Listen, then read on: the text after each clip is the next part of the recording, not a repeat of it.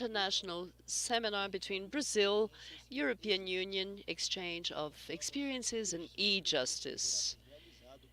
Please sign the attendance list on the link if you are participating online.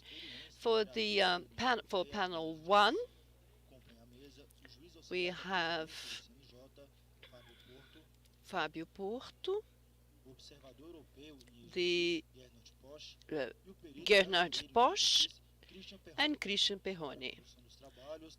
I'd like to give the floor to Fábio Porto. Good afternoon, ladies and gentlemen. After lunch, things are always a bit more difficult. I am sure you will find this panel very interesting with our two lecturers, Dr. Gernhard Bosch. We had the opportunity to be together in Europe. He is graduated from the University of Vienna, also consultant on e-justice and human rights to the Council of Europe, and member of the European Court on Human Rights. Brilliant person. No less brilliant, Dr. Christian Perrone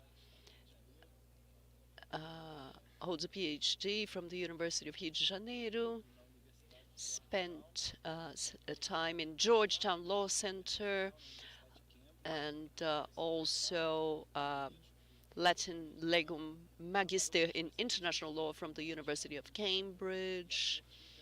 And he is former secretary of the Inter-American Judicial Committee from the Organization of American States, and acts as public policy consultant and head of the Rights and Technology and GovTech teams at the ITS Rio. So we have two brilliant lecturers. I would like to give the floor to whoever wishes to begin.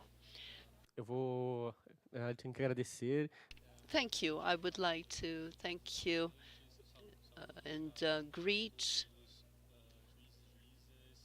all the judges, members of the CNJ, ministers, justices present here, and ladies and gentlemen. I am Christian Perrone, the Brazilian expert in e-justice, and since our conversation will be a dialogue, I will speak English, so I apologize for that. It is a great pleasure to be here with you all here. Our talk is based on a report that have been written since the beginning of the year, and to a certain extent, it conveys the message that there is a possible dialogue between Brazil, the EU, and many of these member states in terms of advancing electronic justice, e-justice.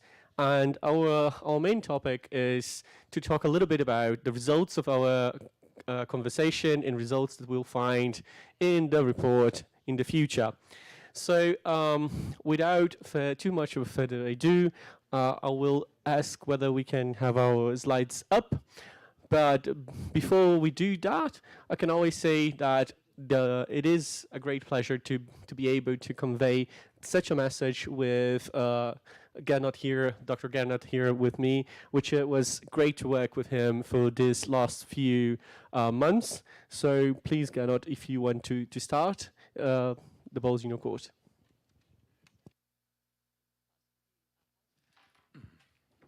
Good afternoon, ladies and gentlemen. Also a very warm welcome from my side.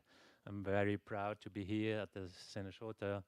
I just want to thank the officials from Seneshota and my colleagues. I were to the mission to Europe and also the European Union delegation.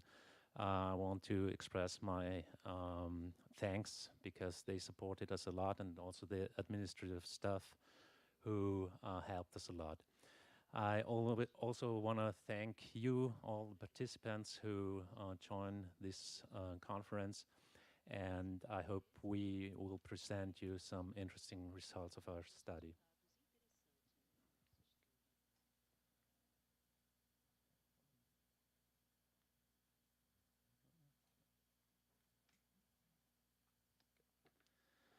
Perfect.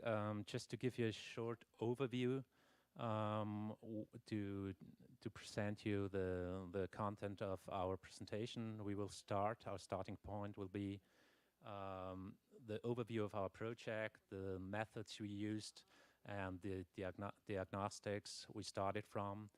And afterwards, we will present you different areas of our study we analyzed and try to compare. Finally, we will give or summarize our results and give some recommendations, which we will also present in our final report.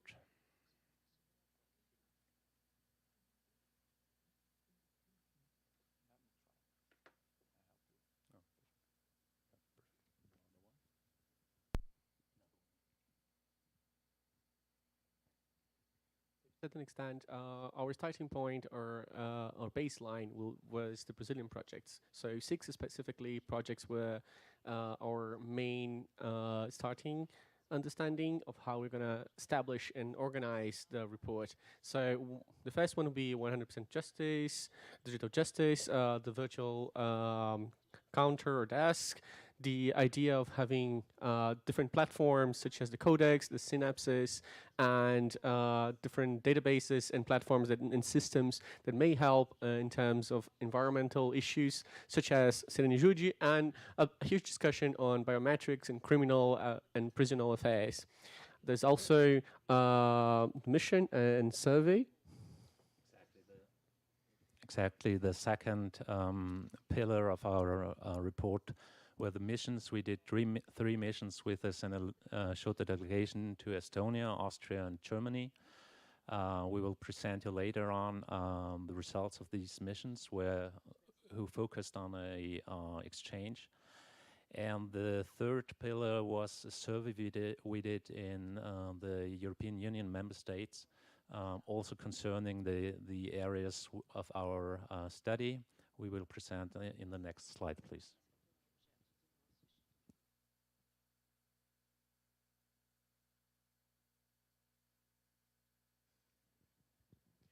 So, in terms of the different areas that we were going to focus, basically we already took some arms and just send you a little bit about what we're going to talk to.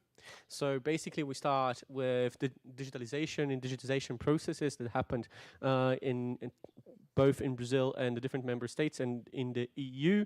And then I'm going to talk about particularly on storage, big data, statistics, and how this has managed to be integrated in the different systems. Then we're going to talk specifically on artificial intelligence, and then it goes specifically to different themes that are important for the development of e-justice within Brazil and the EU and the member states, and particularly the criminal and penitentiary with connection with biometrics, then environmental matters and human rights. That's the one that we're going to finish by today. Just to the methods we used from a scientific point of view, we chose a multifaceted approach. On the one hand, we had research data we collected, which was publicly available, or was provided by governments on request. The second point was empirical data from our survey. So it means we had first-hand data to compare the two data sets. And the third point was the mission, where we could really see in situ how the state put it in practice, everything, and how it works. And from there, we settled some diagnostics that's based on particularly what we call 3+1 challenges that have been facing both Brazil and the different member states. Can you move to the next one? And to a certain extent, this goes to talk about the different countries that we are being analyzing to a certain extent, and to finalize what we're gonna face. Can you move another one? Is some sort of general information in terms of what we have found relevant in our report and our survey. So can you move a little bit more? And this came up with a logic of 2+1 diagnostics, which is basically in terms of what we have seen that were the main challenges that were across the board between the different countries and the EU as well. And we have a +1 because it's not necessarily the most common challenge, and in some countries, in some systems, it was less of a challenge. But we thought that the first one would be volume and workload. The second one would be speed and time. The third would be the usage of the justice data and judicial data in order for evidence-based decision making and policy making. And so the fourth, the +1 challenge, was to a certain extent coordination, because in certain more complex systems, particularly in federal systems such as Brazil and Germany, or complex systems such as the EU, coordination is one of the main challenges that push forward the use of e-justice in the different systems, judicial systems as well. So we come to the first point. It's digitalization, our first area of concern. We did this survey on e-justice, and we got 21 responses from 19 member states, so it was quite a high percentage of participation. As you can see, the first one, all member states use digital tools. And on this slide, you can see that in civil matters, all of the judicial authorities, from the first instance to the Supreme Court, use to a very high percentage digital tools to a certain extent. It's a little bit different in terms of criminal matters. So you can see the percentage is a little lower, but just slightly lower. But there's also quite a high percentage. When we look to the digital tools used, we can see that digital file management systems and workflow management systems, as well as online presence, also show a very high percentage of usage, while, next slide please, while, and also the e-communication tools. So you can see we do have in Europe, in most of the member states, systems for electronic submissions, and also for communication between courts and parties. And as you can see on the next slide, also e-tools for communication between courts themselves. There are also some tools available for electronic registers and document archives. And on the next slide, you will see we also found electronic courts, but there might be a slight difference between Brazil and the previous one, please. A slight difference between Brazil and Europe, because in Europe it seems that electronic courts are more an additional asset than the regular base, not like the 100% digital proceedings. And we didn't found a judicial app store like your platform, for example, at Senesota. There was, we hardly found such systems. And again, as to the services of decisions and the publication or anonymization of decisions, there's quite a high standard of electronic tools available. And as Professor Schweighofer already pushed forward this analogy, we also thought it was very interesting to see that basically when you think about what has moved on and what has happened in the different judiciaries, the analogy of a court and how the court itself has been digitized would be very interesting. So for instance, you have the interface that you have with the public in itself, the citizens, you have basically the whole, so the whole of the courts. So how do you interact with the different citizens and everyone, the clients of the judiciary? This is basically the first instance that you have access. So this digitalization happened basically throughout a website. So how do you deal with the demands that those clients do have? So the attendance, for instance, in Brazil, you may have the virtual counter or the virtual desk. and you go more for how do you think about the courts itself, so the hearings, how they happened, then you can talk about 100% digital judgments as one of the main examples of how it has been done, particularly in terms of Brazil. And then you look at the inner workings of judiciary, so how the processes in themselves have been digitized, and then you look at electronic processes systems. So judicial courts are how they actually work inner-wise. So if you look at the building, there's a very interesting analogy of how it has proceeded to a certain extent in throughout the years in order to find this experience that we have been facing today.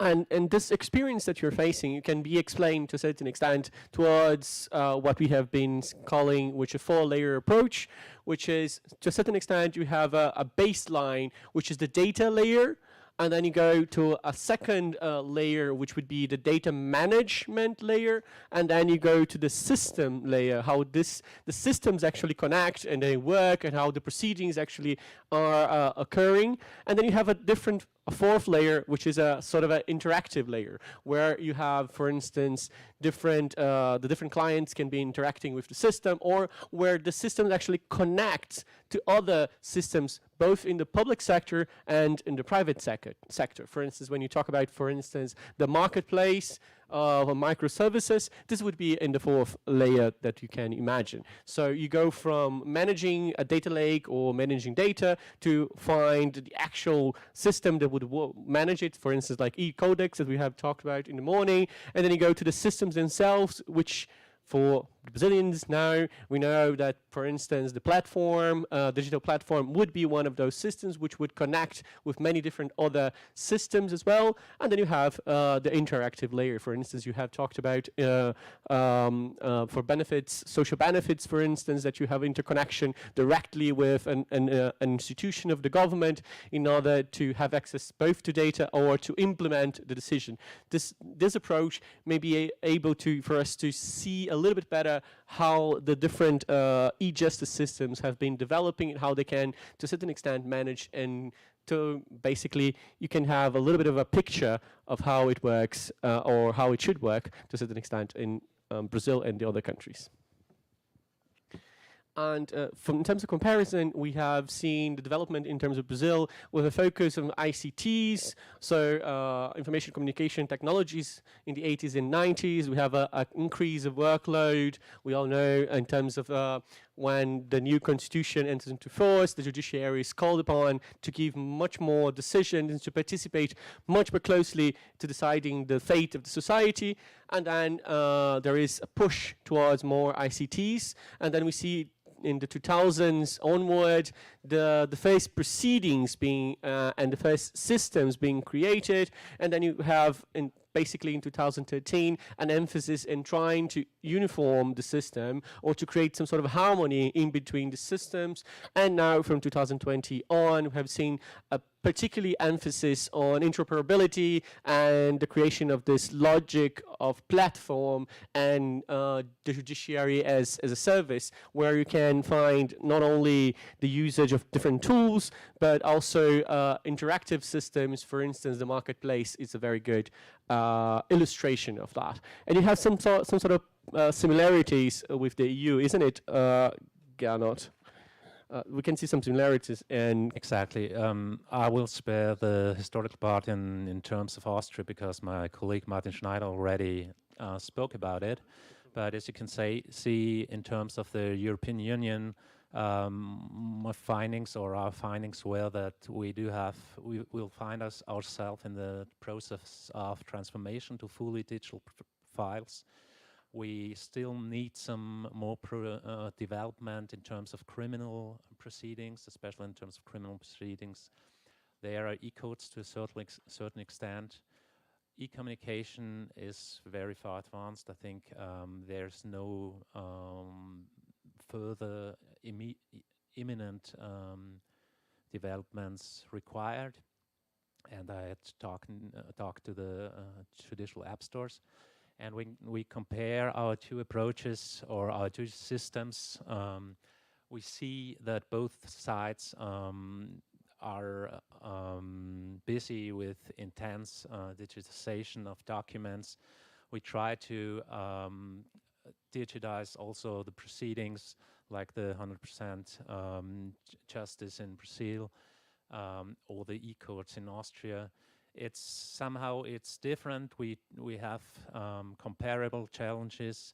Maybe in Brazil the workload is a special challenge, and we do have other challenges in Europe because we do have a lot of different systems that are historically grown, and you can't change them that easily.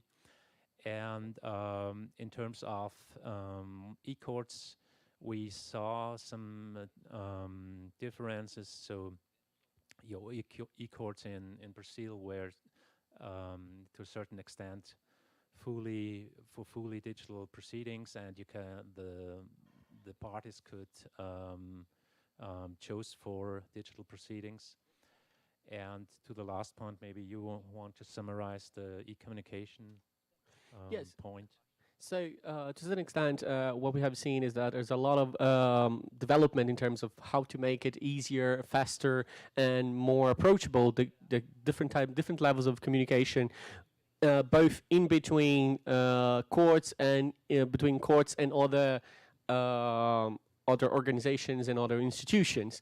So there is sort of a challenge as well into making it a reality of making it is smooth and faster and easier, but there is a very high level, and you can be seen both in terms of Brazil and both in terms of Europe in general as well.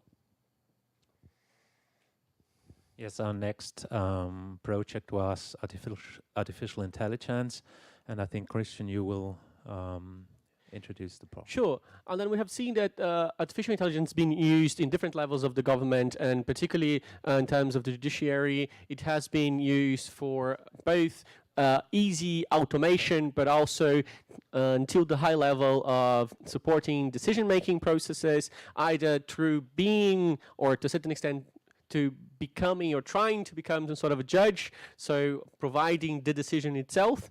But what we have seen is actually there are particularly, if you could classify, we can classify into different main uses. So one is the tool being used to actually classify documents, classify lawsuits, classify themes that they are being discussed within processes.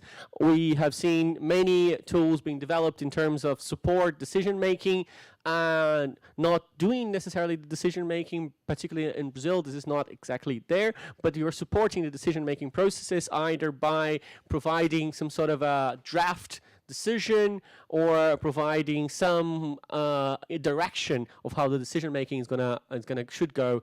Obviously, it's still the full party of the judges to decide itself, but it is a supportive tool. And in the end, there are supportive tools that will lead mostly. Maybe it's not the best word, but it's sort of administrative functions. So, for instance, when you're looking for assets, when you're developing mechanisms to actually fulfill an order, so those in certain extent use AI as well. So this is the main level of usage. Obviously, you can dive down in different aspects, but in general, this would be our main view in terms of how AI has been used, particularly in Brazil. And as you can see from our survey and study, unlike the general digitalization, artificial intelligence is more controversial, which is also reflected by the data we obtain from states. As you can see, there's about 43% which use artificial intelligence, and 28% plan to use it. And on the next slide, you will see that it's mostly used, as Christian stated before, for the processes in the registries. So it means the registration of cases, allocation of cases, or document recognition and naming. And when we go further to the next slides, you see the more complex the issue gets, and the more it advances to the judicial decision making, the number of artificial intelligence based tools decrease.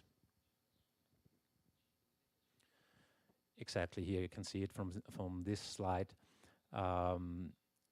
and it slightly raises when it comes to anonymizations. There's a lot of projects in the European Union on this matter at this time to publish and anonymize court decisions. So it's interesting to see that we have different areas where there's regulation. So from the standpoint of Brazil, there's obviously a discussion going on how to regulate AI itself. So it's in the Congress. But we already have, from quite some time, a resolution from the CNJ, obviously in terms of regulating how the process is and how AI is going to be used to a certain extent. There is clearly a focus on automation of processes, so not necessarily use AI for many different generative options that could be used, but mostly it has a focus on automation of processes. There's also an interesting use and interesting processes of standardization, particularly of databases and training procedures, which is very interesting in terms of having a platform that will allow to do that, and that what will leave that most of the ideas that have been developed in Brazil has been in terms of platformization. So not only the platform itself, the digital platform, which is an overall platform, but also, for instance, having e-codex as somewhat a management system, but also some sort of a platform for you to consider finding or allocating situations of where you can use systems together. But also what is more interesting is the Synapses platform, which is also a very interesting case study that could be approached in the future from the EU level. As we have seen, this allows for not only standardized procedures in terms of storage, supervised training, versioning and control, but in general, what it is interesting is that it creates an environment that makes it much easier for you to develop AIs in a more controlled and potentially safe and responsible way. So particularly when you look at the possibility of auditing artificial intelligence models that these platforms allows. Okay, then let's forward on to the next area. I think we have to hurry up a little bit, Christian, otherwise we will be blamed for our for the extension of our speech. Sure. Okay, to the comparison of storage solution, big data, and statistics. Let's summarize. As you can see from our data, there is in use a lot of local storage and server-based solutions right now. But as you can see from the next slide, the way is definitely going towards cloud-based solutions. And I think Brazil and the European Union have a slightly different approach. But we will talk on later what are the differences between them. And coming to the blockchain solutions, just a few words. Maybe our Estonian colleague can tell a little more about it. Only Estonia is currently using blockchain solutions for security issues. It's quite an interesting project with data embassies, and we can talk later on maybe a little bit about this point. Exactly, and for judicial statistics, all the member states of the European Union use them. They aggregate centrally data, and they try to use this data for the policy making and decision making, and they try to provide it to the judiciary itself, but also to a certain extent to the public.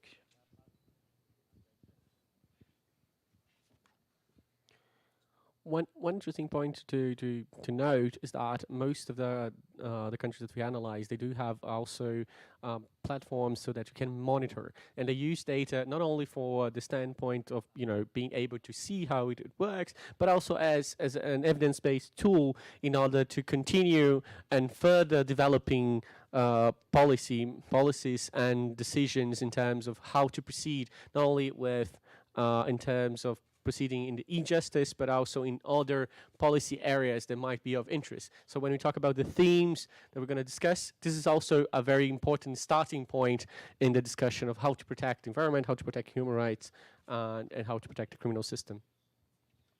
So just to summarize it, I would say we do have different approaches in minimizing security risks. As you can see from clouds, for example, Brazil uses to a certain extent Amazon clouds. That is not the case in the European Union.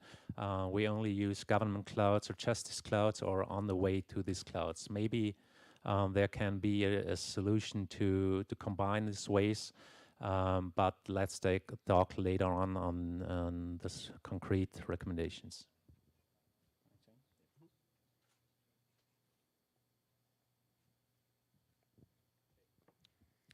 Good. When it comes to biometrics, it was not the major part of our study, but we found out that systems like digital ID or electronic fingerprints are commonly used. But when it comes to more advanced artificial intelligence-based tools like face recognition, voice recognition, or other tools, you see they are not yet implemented. There are some plans or studies, pilots on these issues to use it. For example, in Austria, there's a project on the use of different sensors for analysis of sentiments or vital functions to prevent, for example, suicides or riots. But we're in a very early stage in terms of these artificial intelligence-based tools. And so there are similar concerns in terms of how using biometrics, and particularly to safeguard criminals and inmates. But even though there are similar concerns, probably the balancing of security and inmates' rights is somewhat different between the different countries and in the EU in particular with Brazil. But one interesting aspect is that in all cases there is somewhat, at least, the possibility of explore what are the opportunities within controlled risks to use responsibly both AI and the use of biometrics, but also within the criminal justice system, which is also interesting for the future to see how it's going to play out in terms of using these types of technologies. So time is running. We go to the next one, environmental matters. Our study showed that there are hardly any tools, digital tools in the European Union or in Europe. There are some initiatives on the level of the European Commission, but the concrete implementation, there's nothing really available. Just in Sweden, we found a tool that's comparable to the Brazilian tool for, I think, Sirene Shoot. I don't know exactly how it's spoken out, but yes, this is our findings. Yeah, and we're going to talk a little bit further in the next panel. So we can move forward from environmental matters to human rights, if I'm not mistaken. Can you move on? Our last one is human rights matters. We also saw here that there are quite a few tools implemented in the member states of the European Union. There are initiatives like databases, the linking of databases. For example, at the European Court of Human Rights, they have projects to share their knowledge with the member states, and also the European Union Agency for Fundamental Rights, for example, it promotes a tool that helps to interpret the European Charter of Fundamental Rights. But as we saw here, we need much more advance in these issues. So it's interesting that we have many different aspects that we can discuss about how e-justice impacts human rights to a certain extent in positive and negative aspects. One interesting tool that we can highlight is an AI that recently has been published and became hit, let's say, the market. So for everyone to use, which is called HAFA, which is a tool that will allow comparison and classification of different caseloads in terms of the SDGs, so Sustainable Development Goals, which is quite fascinating because it will allow us to connect how the judiciary in Brazil is facing the different challenges of the SDGs until the agenda of 2030. Okay, I think we can leave this one out. Well, you will see the results in our report. Just come shortly to the recommendations.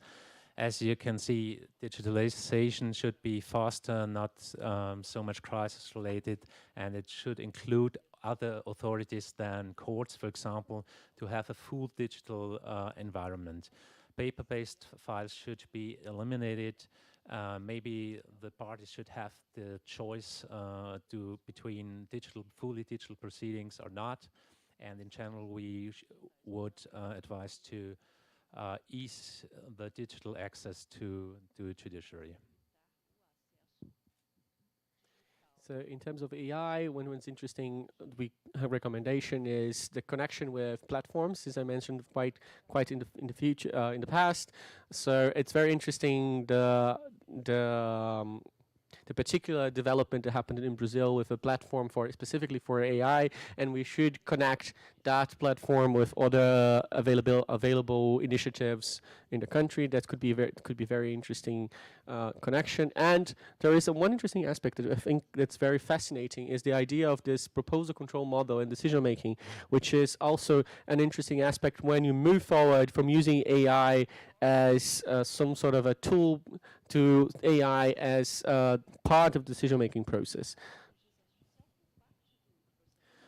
Okay, the next point, storage big data statistics, we would recommend to expand cloud-based solutions. It's definitely the future, and we have to do it because it's more flexible, efficient, and cost saving. Maybe we can recommend mixed models to use private services for the operation of clouds and the maintenance of clouds, but the full data control should remain under the state's sovereignty. Published dashboards should be more public available because there's also interest for the people to know what's going on in the judiciary. So it's an interesting best practice that most of the dashboards in Brazil are public in general. So this could be one aspect that we can move on and recommend for the EU to some extent. So in terms of the environmental, we're going to discuss a little bit further, but just to give a little bit of a hint, it's very interesting to use the capacity of generating data that the judiciary may have with cross references with other databases in order to have ideas and to promote insights for evidence-based decision-making and policy-making. So the idea of having this platform such as Sirene Juji that will connect different databases from both public and private sectors, it is an interesting recommendation for the future because it may allow for best policy-making in terms of environmental aspects. As to human rights, we would say to improve knowledge sharing, the linking of databases, also translation services could improve the access to justice because many people don't speak just English or French. And to implement subsidiarity models, what means that the knowledge is taken to the lower instance courts to hinder or to make the courts more aware of human rights issues and to prevent infringements of human rights at a very early stage. Just a final, quite quick note. To a certain extent, it's very interesting to connect the human rights aspects and recommendations with the criminal and penitentiary and biometrics because there is one important aspect here that's interesting, which is how do we connect responsibly the different databases in order to provide with also, again, I will stress evidence-based decision-making processes because it's always better to have new policy making in terms of actual concrete data that's on the ground. So connecting the different databases is crucial in order to have significant significant results in terms of best policies, in terms of protecting human rights, in terms of protecting the rights of inmates as well. So thank you very much from our side. We want to thank Seneshota, the European Union, and also the participants for this great conference. We hope we contributed to the implementation of a long-term cooperation between the European Union and Brazil in terms of e-justice. And last but not least, our final report will be published soon. and we hope we can help to improve the justice systems in in the European Union, the member states, and in Brazil. And so, thank you very much for this possibility.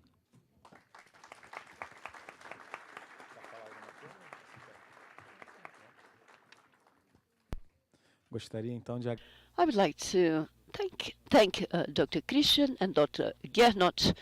Unfortunately, we won't have time for discussion and questions, but I would like to highlight two very interesting points that drew my attention. The stage of digitalization or e-justice of countries in comparison, and the use of cloud technology. That is something that drew my attention when I visited there because of the specific way this is addressed there, and the level of use of AI in the judiciary. We have 111 AI projects, of which a large number are already implemented. So we have been advancing on this in this area as well. And I really enjoyed all the points raised. Unfortunately, we don't have time for questions and discussion. We will move on directly to the next panel. Thank you. Thank you. And we will soon continue the program.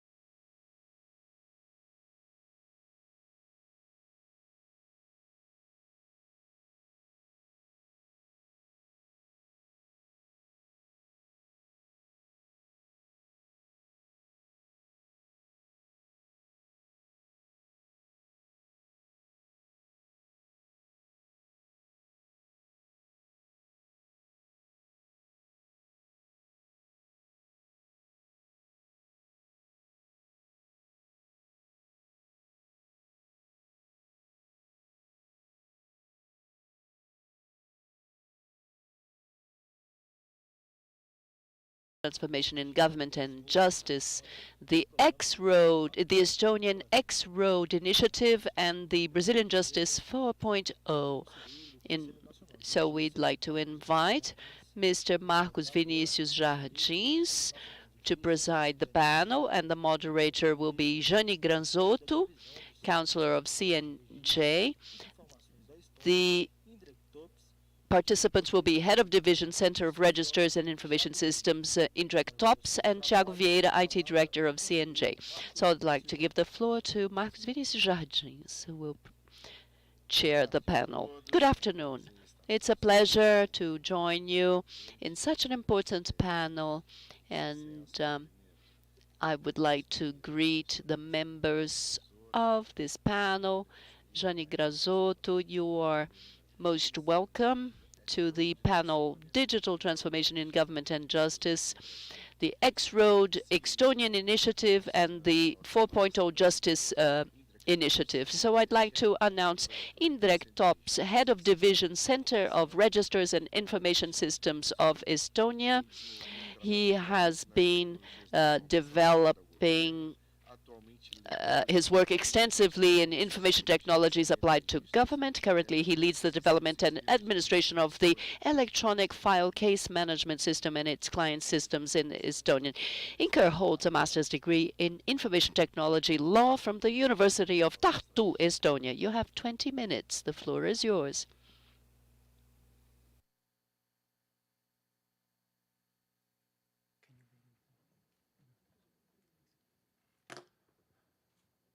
Good afternoon. Can we have the slides, please?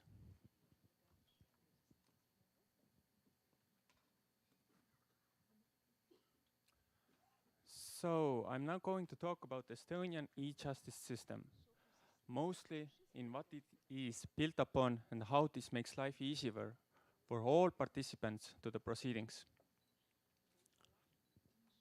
But first, some facts. Estonia is most advanced country in the world for using ICT solutions for the management of courts and communication between courts and other parties. All proceedings can be held digitally by all participants if needed. In digital proceedings in Estonia, we mean that almost all relevant information about the case are in machine-readable format, meaning in metadata. In criminal matters, most cases are still in paper form, meaning that for convenience of the courts and prosecutors, they still use Microsoft Word and put these files to their own information system, where this is later on indexed and made for machine-readable format. All national legal acts and court decisions are online in one place. Estonia actually doesn't publish national acts on paper anymore. We only do that online, and it's blockchained for security reasons. So we always knew that the information is exactly like that for national acts.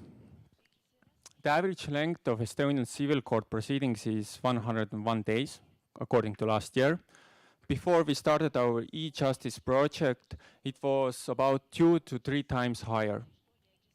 So how did we get here? Firstly, we needed great willpower from our government and the willingness from them to fund all parts needed for the e-justice system to work. Fortunately, our governments have always loved e-solutions. So after that, there are basically 3 important blocks to make e-justice work efficiently. So let's start with the first block.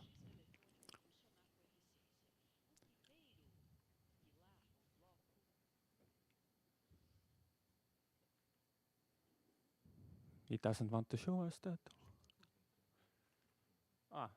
Yes.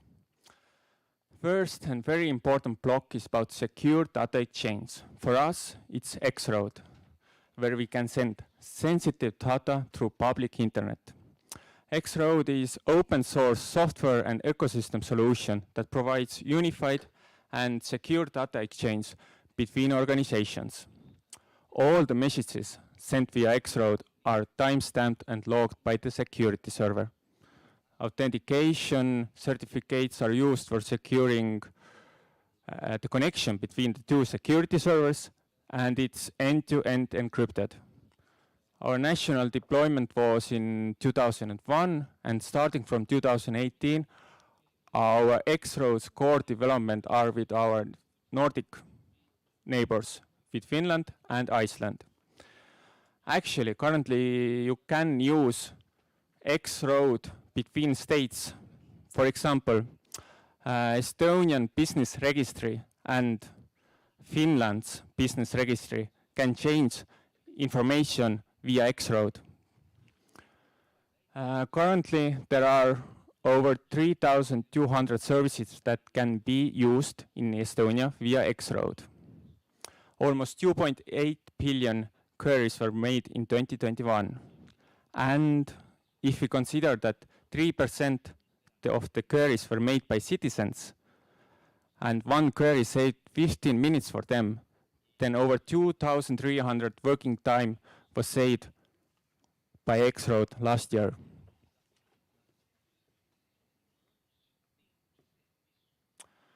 Okay, we have covered now the secure data exchange part. Now we move on to the second block, secure digital authentication and electronic signing. As we call that in Estonia, eID. In 2002, Estonia released plastic ID card, which is mandatory for Estonians. In that plastic card is a chip which basically holds identification data in a secure way. With the ID card, the person can access to a state information system or also to a private one, for example, to a bank or to an insurer broker and so on. With ID card, the person can access to basically everywhere where another information system have implemented the authentication for ID card. Also, it is possible and widely used to add signatures to documents. In Estonia, even private-to-private contracts are largely signed electronically. Our ID card solution have the most secure standards reasonable to use in ID card. And we also have managed to make people's life easier with a mobile ID in 2007, which basically is an ID card in your SIM card. You can access your information system with your mobile browser or in a computer, and telecom provider sends you a notification to enter a PIN, and then voila, you are in an information system. And in 2017, the Smart ID was released. Same principle as mobile ID, but identification data is held in a mobile app, so you don't need a SIM card or a telecom provider. Internet connection is enough. Currently, there are 99% Estonian residents who have the ID card, including non-citizens. 64% of Estonians use ID card regularly. I have to say regularly, because, for example, if you have a tax season and you have to submit your taxes, then it's almost 97% of people who submit their taxes online via ID card or some similar version of ID card, meaning mobile ID or Smart ID.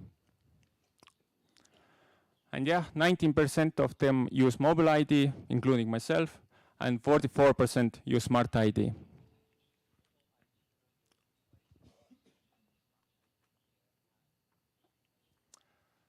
Now we have covered the part how to securely authenticate and sign documents. Last part is about seamless data exchange between all participants to the proceedings. But first, let's go back to the time, to the early 2000s in Estonia. Here in this picture, you can see all the necessary information systems concerning proceedings. All information systems are connected each other directly, and all those information systems having their own database for storing information. So you never knew in which information system had the most accurate information about the ongoing case. And this picture is a little bit deceptive. It doesn't mean that in that time every information system was connected directly with each other. In many times, direct connection meant that official printed out documents from their own information system and took these documents to another office where another official then typed or scanned these documents to their own information system. This was mainly because information systems had different logics and business rules for gathering data. And this also in turn meant that officials had to make multiple data entries, and because that, the data quality was poor. You could count on that some mistakes were made when someone was inserting information. Another huge problem was that there was no immediate access to a procedural data by all parties to the proceedings. Lawyers or citizens had to communicate with state officials on paper or via email. And all this was because there was lack of cooperation in the field of information systems development and implementation. So, in 2004, smart heads from Ministry of Interior and Ministry of Justice came together and said, enough is enough, something has to be done. And something was done. In 2009, the e-file was born, a central case management system, meaning every client system who have integrated with the e-file can insert case information directly to e-file. And when another party to the proceedings wants to read that information, they can go directly to the e-file and read that, and if necessary, add more information to that case. All this reading, adding information will happen instantly. I also have to add that information that another party can access all depends on rights that are given to them. Not all can read all the information they want. Meaning, if the case is still in prosecutor's hands, for example, access is given to the police, prosecutors, and for some documents, lawyers and citizens. But if a prosecutor finds that they want to send that information to the court, so they can proceed, all this information concerning that case will be accessible to exact court who will proceed that case. And e-file is a silent backbone to proceedings. E-file only holds information and processes that information, meaning e-file doesn't have a user interface. It's done by its client systems. So every information that is integrated to information system that has integrated to e-file can show information exactly the way they want. And yeah, today we have over 200 services, nearly 3 million queries per month by 40 different client systems. I must add that not all client systems are proceeding information and or adding information to the e-file.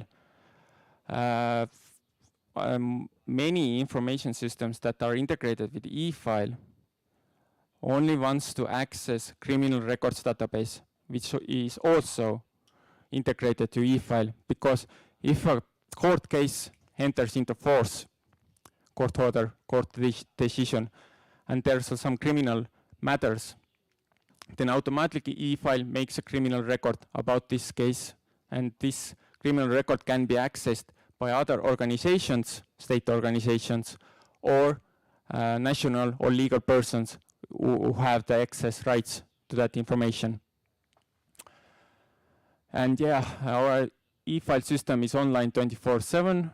Information is backed up to many different places, including Estonian Data Embassy, which resides in another European country. And of course, all our client systems are connected to the e-file by X-Road.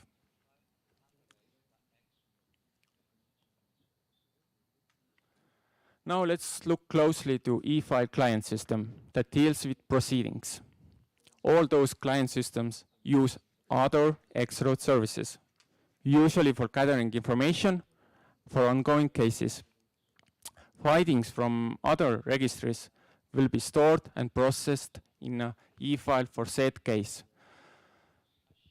For example, if a prosecutor looks up information about the criminal under investigation, they can look up to the criminal personal information from population registry, or if it's a legal person, from business registry. They can look up if this criminal has any cars from transport administration or any real estate from land registry, or if he has paid his taxes, or where does he work from tax and customs. And all that can be done from prosecutor's information system. Prosecutor don't have to log into another information system to get that information. It's all integrated with its client system, prosecutor's information system. And all this information will be in metadata form so that information can be easily stored to the e-file to that said case.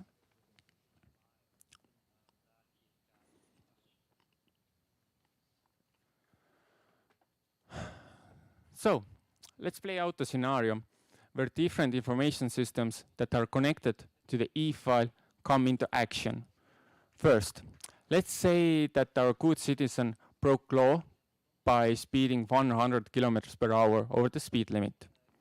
A police officer was measuring speed and managed to stop him.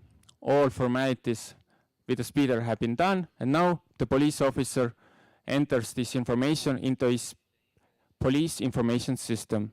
Doesn't matter if he's on the field or in the office. This information will be instantly sent to the e-file, where prosecutor gets notified that there's a new criminal case started by the police.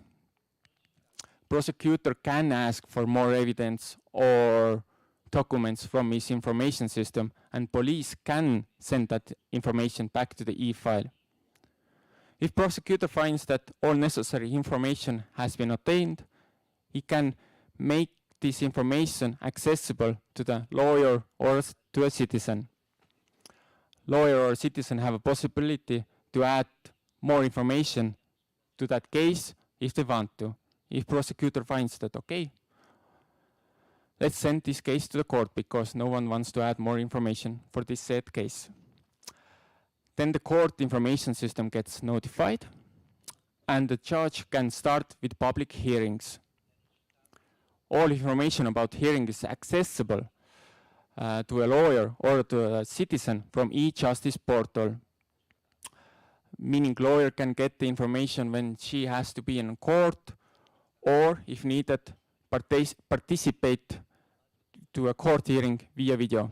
All that from e-justice portal. When public hearings are ongoing, lawyer can add documents or files to the case from e-justice portal. And let's say a lawyer adds some video evidence to the case, saying that the police officer was mean to her client. Judge can then see this video directly from her court information system, where the judge can see, yeah, was mean to her client, but I can see that let's say, he was using his phone also. So for punishment, 2 months in jail.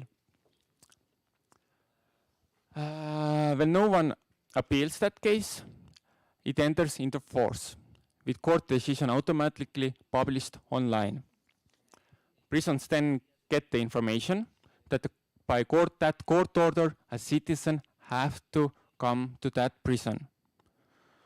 They then can make necessary arrangements.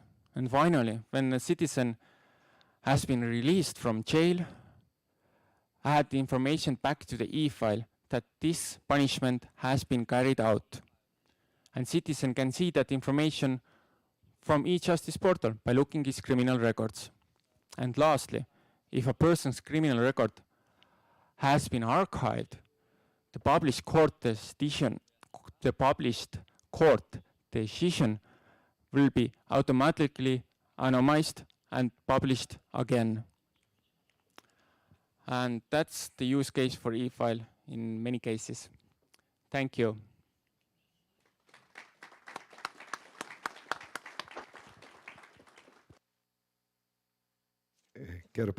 I would like to congratulate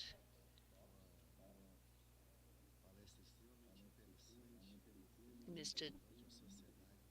Tops for a very interesting lecture. Some of the issues that were mentioned, some of the problems that we face in Brazil, the diversity of systems. And I would like to give the floor to our moderator, Councillor Gianni Granzotto.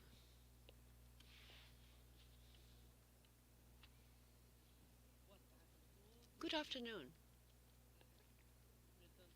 I'd like to greet all the panel members, Marcos Vinicius, and I would like to thank Dr. Indrek Tops for his brilliant lecture that actually helps us to think ahead in terms of Brazil and what we can reach. Dr. Indrek Tops is one of the most advanced countries in the world in terms of digitalization of justice systems. So, one aspect that was very interesting, in my view, is the communication, the integration among judiciary authorities, prosecutors, and police authorities. So all the data are shared by these institutions, facilitating the lives of the final users, the citizens, who are able to access all the data, apparently in real time, right? And so this is very inspiring for us. And it's something that we should aim to reach and to provide to Brazilian citizens as well. One of the issues that Professor Indrek Tops has brought up in terms of exchange of data is the different logics for data collection and multiple entry of data. In other words, the different data systems. And here we have Tiago from our IT department. I am sure that we face great difficulties due to the size of Brazil, and several courts throughout the country use different systems and different platforms in the electronic cases. And so it is a priority to unify this because we have many courts throughout the country using different systems. And so entering data in a single platform, the entry of data in a single platform is hindered. And so we should hope that we will soon have all courts around the country using the platform. And so I'd like to give the floor back to our chair. I would like to announce Tiago Vieira's lecture. He is our IT director, and he helped implement the program. He was coordinator of IT at the National School of Training for Magistrates, IFA, and he was coordinator of management of corporate systems of the National Justice Council. He is currently director of the IT and Communication Department of the Council of Justice. Tiago Vieira, the floor is yours. Good afternoon, ladies and gentlemen, in the audience and in this panel. It's a pleasure to talk about digital transformation in the Brazilian judicial system, because looking at this audience here and those who are watching us online, we are amidst this battle of digitalization of justice.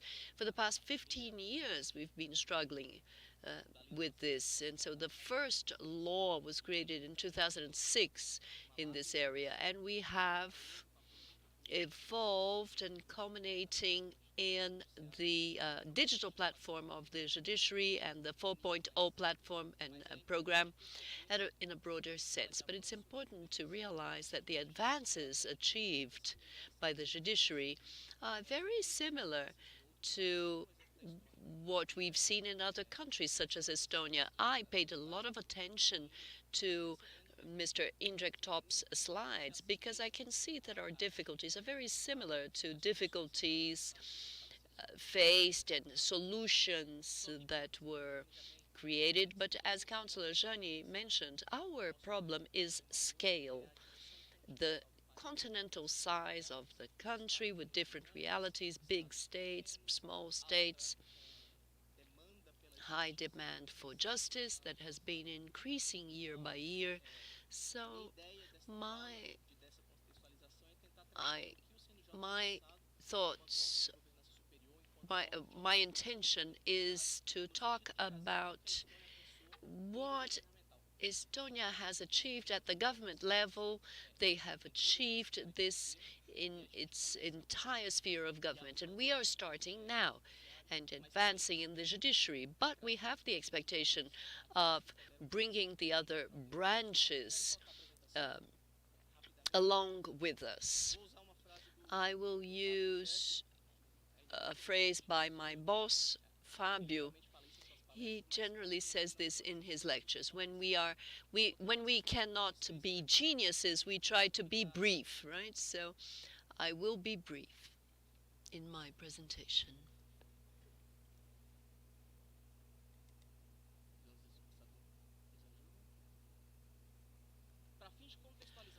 To provide some context, it's important to realize that when we talk about 4.0 justice and digital platform, this was born as a second revolution. The first revolution began with the law on electronic cases. In 2009, CNJ started a single a case process culminating in 2013, resolution establishing the PJR as a single platform for all the cases in the judiciary. And so you can see in the graph, well, this is from a study that is published yearly by the CNJs. From 2009 until last year, or the year before last, we started at 11% new processes, new cases, starting as digital to a reality of 96% of digital cases. And so we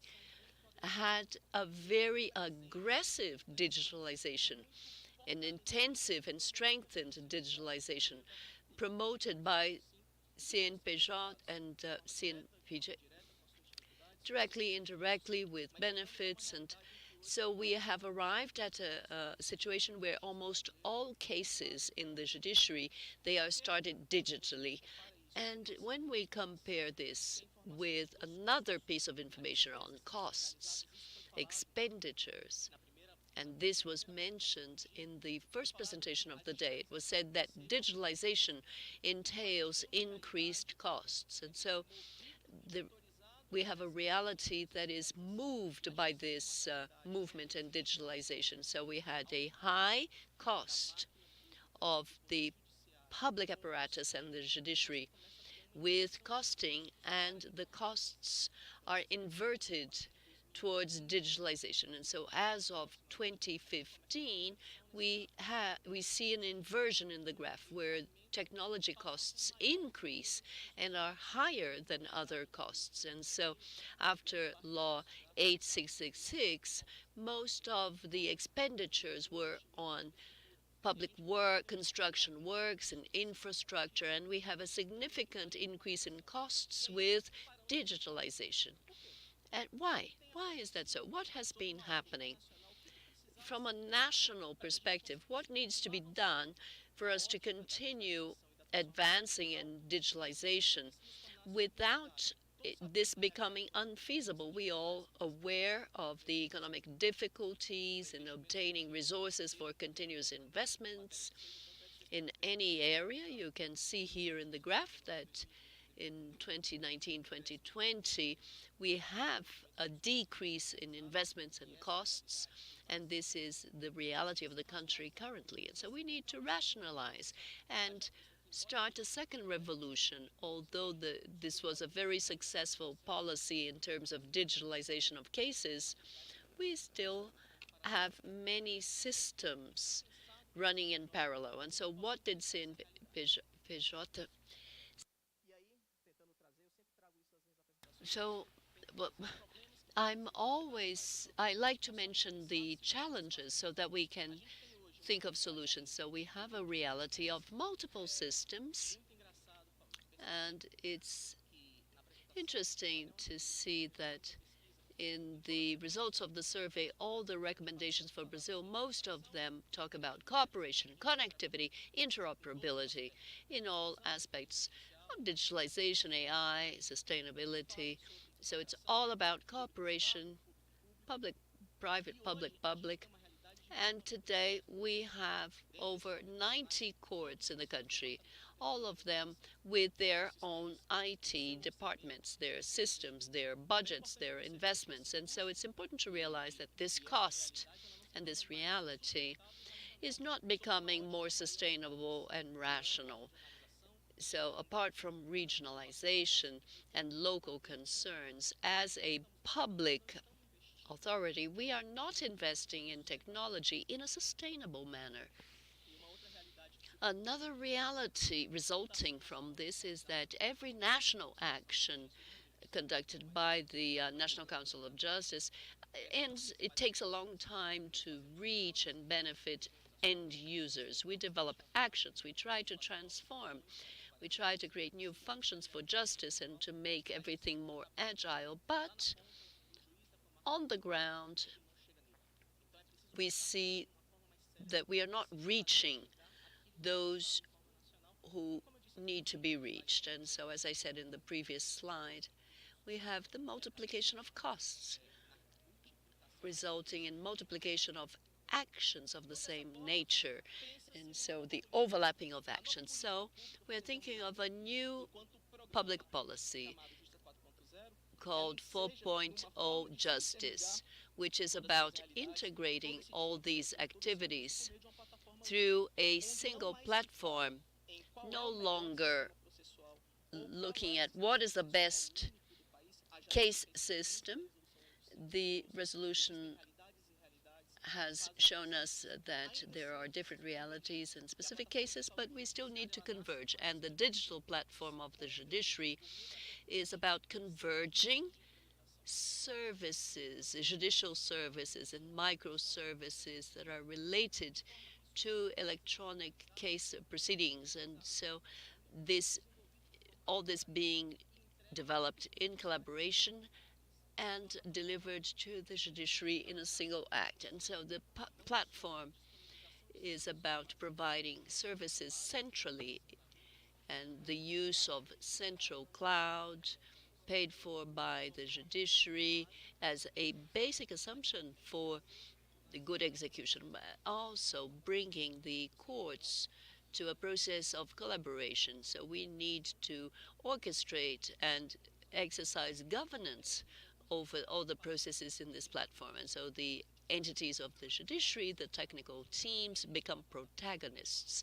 This is what the platform is intended for as a public policy. And to get all these services to be made available through services using APIs, using mechanisms, simplified mechanisms available to all entities, whether internally or through our partners. I could see that this morning that the member of AGU said that their system has over 70 integrations, and so this is unsustainable where one single system needs to conduct 70 integrations in order to reach the, and so we have the platform as a way to centralize all this in a single place where some centralized information will be available for these communications. And the new services to be developed will be delivered through this platform with a continuous automated delivery to all citizens.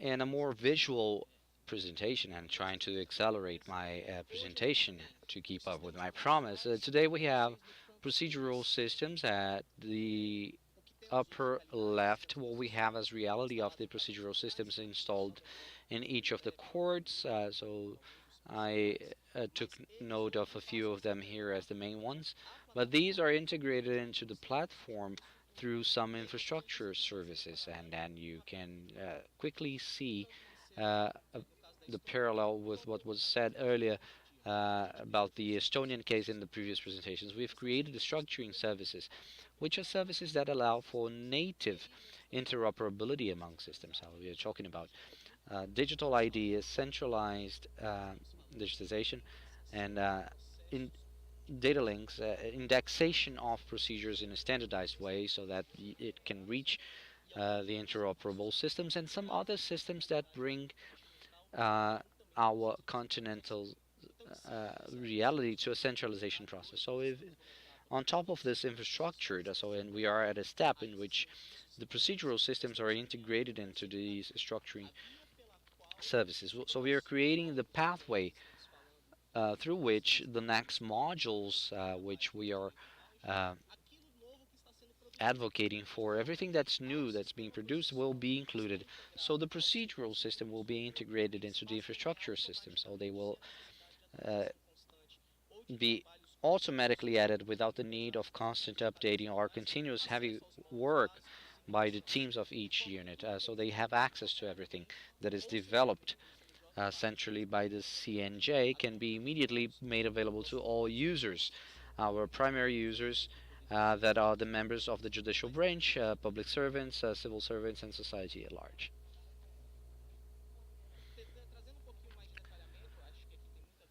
Some other details here. This has a lot to do with our local reality. The structuring services, which is the pathway that could be something similar to X Road of Estonia in terms of the procedural systems and the other services connected to it.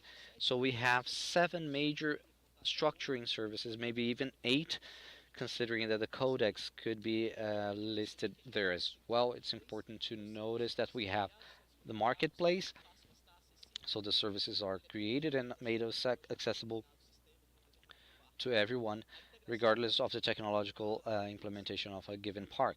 So the single login is fundamental. So if you want to be interoperable, you have to have a safe, functional, and centralized login. Otherwise, you need countless IDs and passwords and different authentication mechanisms that will hinder the fluidity that we expect in terms of the maneuverability of these services. And today, in the Brazilian context, in the federal level, we have invested very strongly in the sign on gov.br, so .gov.br, and we are also working on the authentication centralization through the gov.br and the notification systems as well. Today, through the marketplace and through this single sign on, you can access PDPJ, the digital platform of a judicial branch, but you need the result of this service to reverberate in your legal procedure. So you do something in a given service because you expect the service to have a result in your process.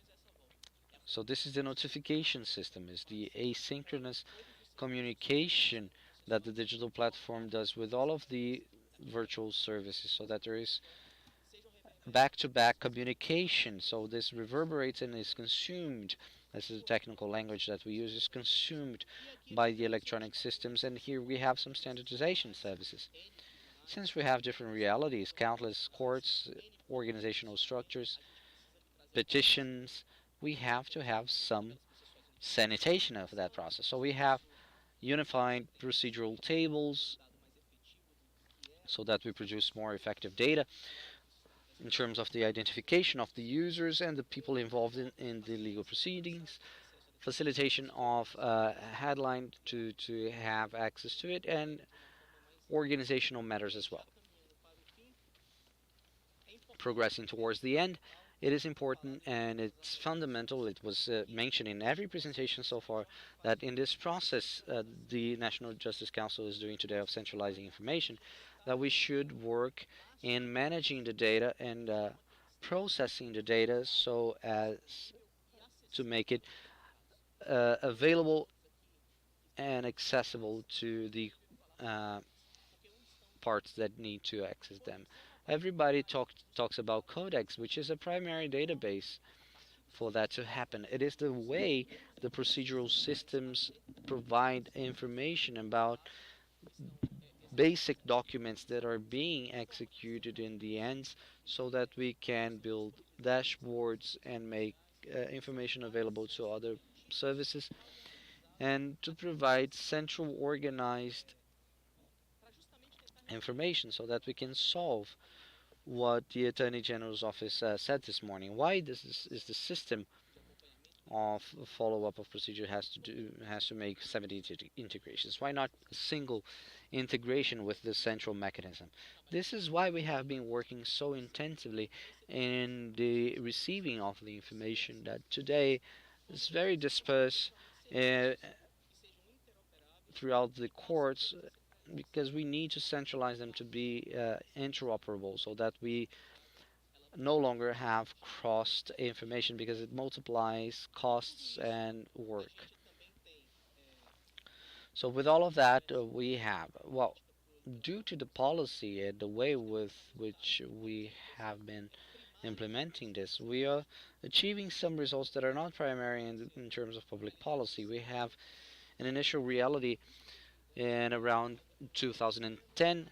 So we had 70 systems and we uh, reached 39. And thanks to PDPJ, which is the digital platform, and the codex, we will have only 14 systems and a single platform.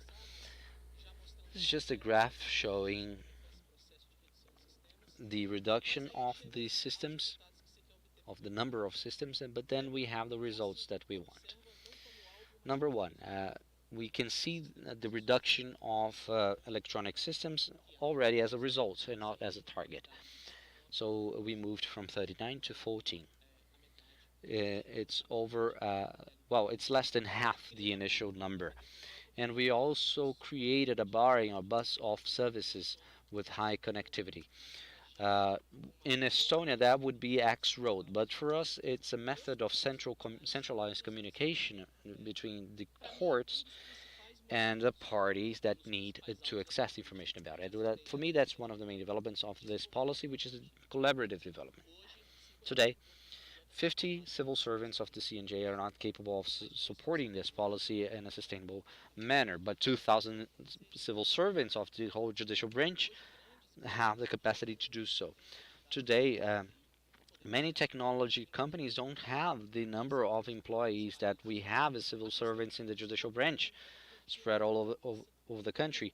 So we have continuous delivery as a premise trying to solve the challenge of that was mentioned in the first slides. So through the marketplace and quick, rapid development and the updating of the systems, we should have the services which bring improvements to the citizens or which facilitate the procedures for the citizens should be fast.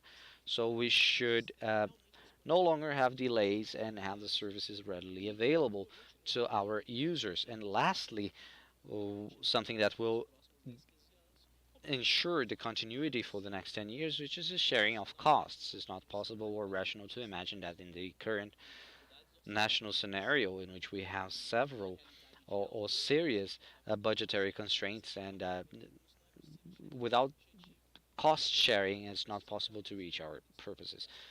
And by centralizing the things that we need to centralize, it is possible to achieve this target. Thank you very much for your attention.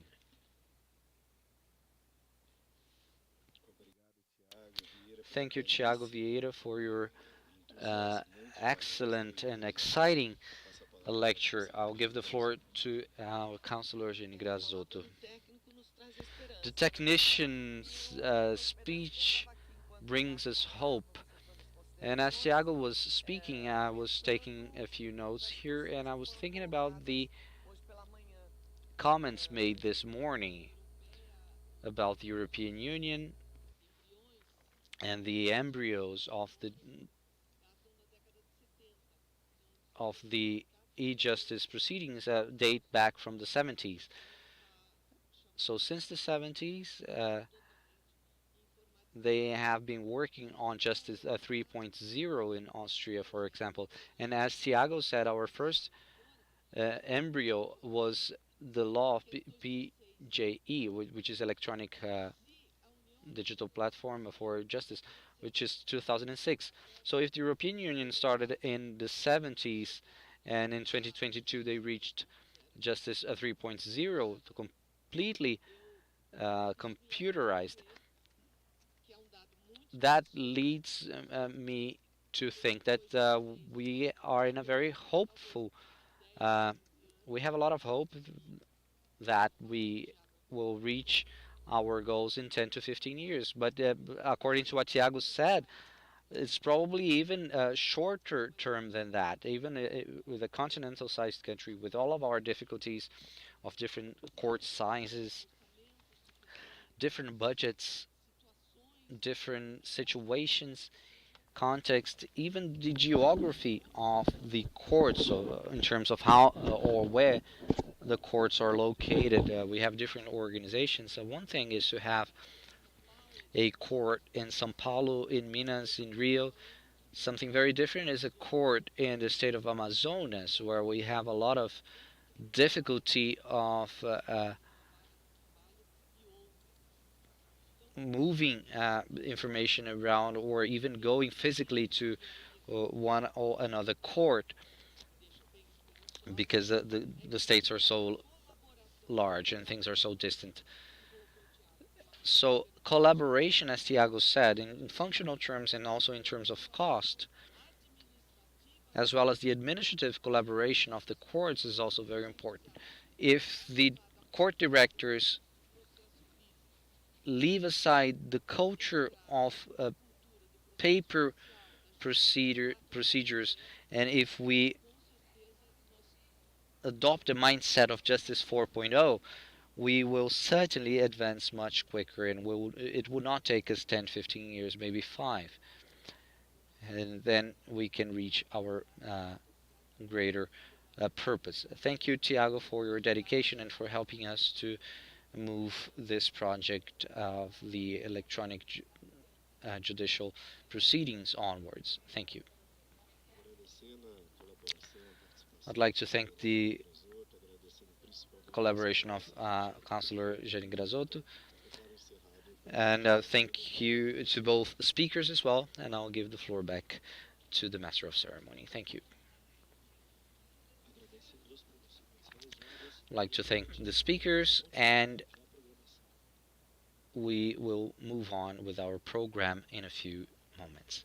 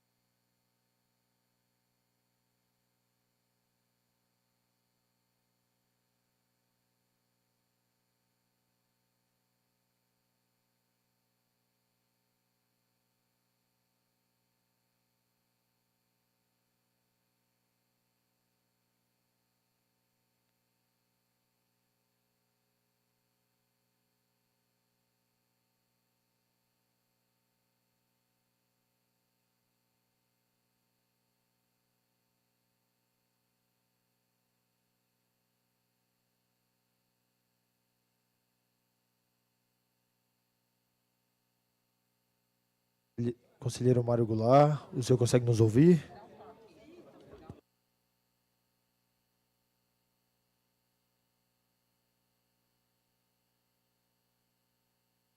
O senhor, por gentileza, poderia habilitar a câmera?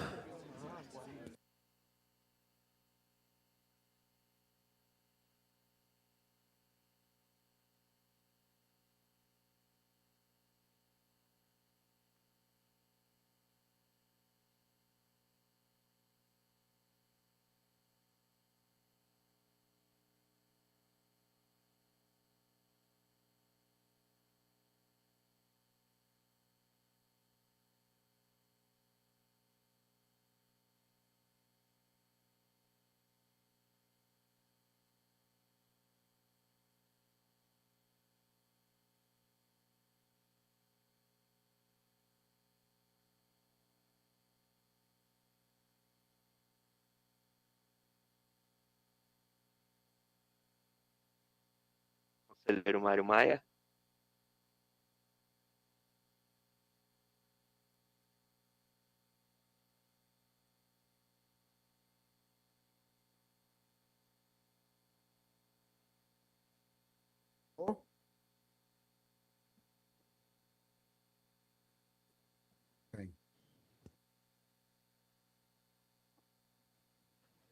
Senhoras e senhores, para a apresentação do painel 3, digitalização e Ladies and gentlemen, for the presentation of panel 3, Innovation for Sustainability and Protection of the Environment, the experience of Brazil and the European Union, we would like to invite to chair this panel the Counselor of the National Justice Council, Manuel Maia, and as a moderator, Tricia Navarro Xavier Cabral.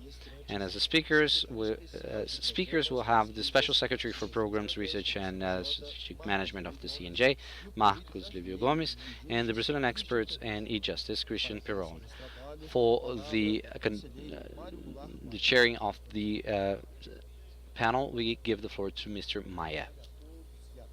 Good afternoon, ladies and gentlemen. First, I would like to know if you can hear me well. Yes, we can.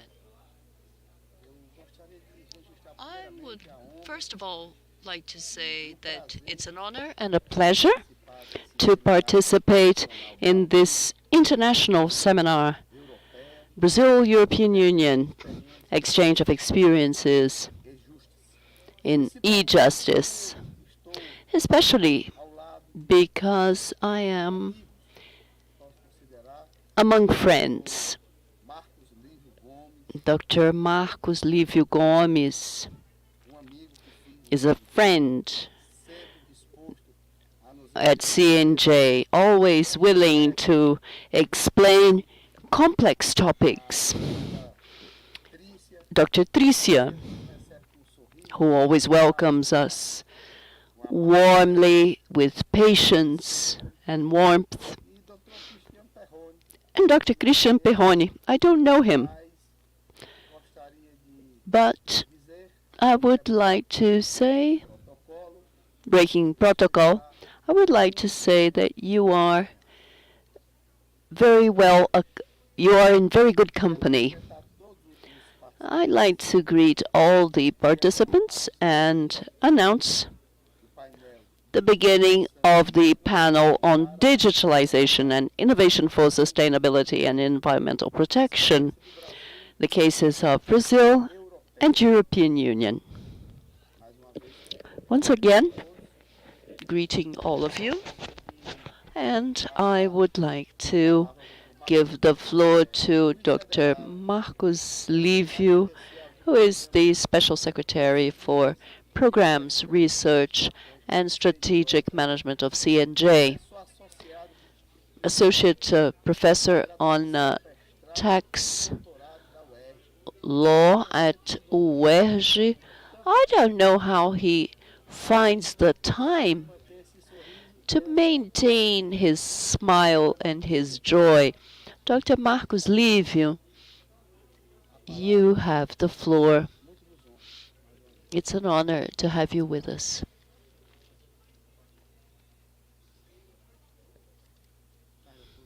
Good afternoon, once again. I'd like to greet Councillor Mario Maya. He is a friend that I made here at CNJ, and I value my friendships greatly.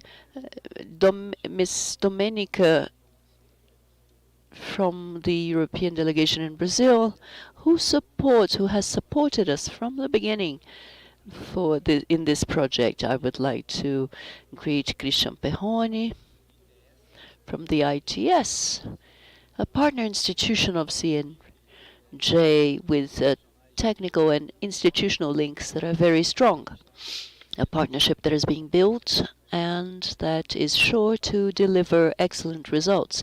And also my dear friend Tricia Navarro, professor of the Federal University of Espírito Santo and a judge in Espírito Santo. Today,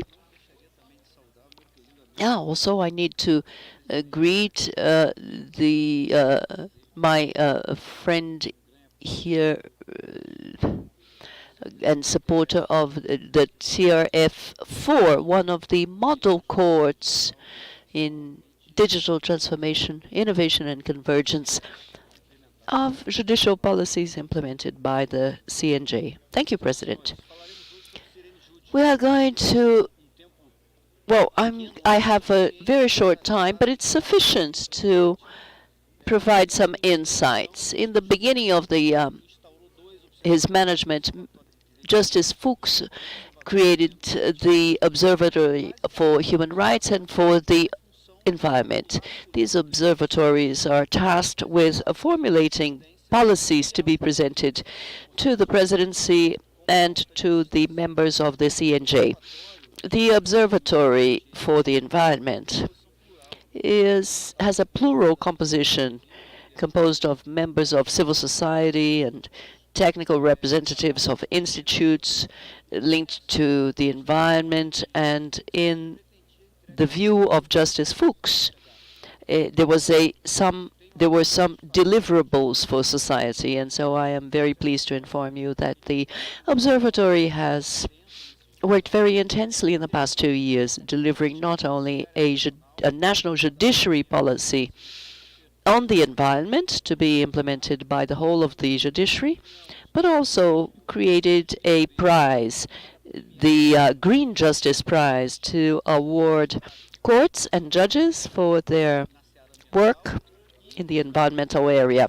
And we are in the phase of evaluation of judicial decisions that are part of the national contest on judicial decisions on the environment. Sereni Jude is the technological deliverable generated by the Environmental Observatory. It is a platform, a BI, working with the data lake data of the judiciary, specifically the data Jude, integrating not only judiciary data, defining metadata of the judicial decisions, and also satellite decisions, and so information, geolocation information. And we see that the judicial action in areas of the north of Brazil and the Amazon lacked technological tools to support judges in their jurisdictional work. So for instance, an expert analysis in the middle of the Amazon is almost unfeasible, raising geographic points in the Amazon as well. And I need to pay homage to Wilfredo, the director of projects of DPJ, who is the technical leader of the implementation of Sereni Jude.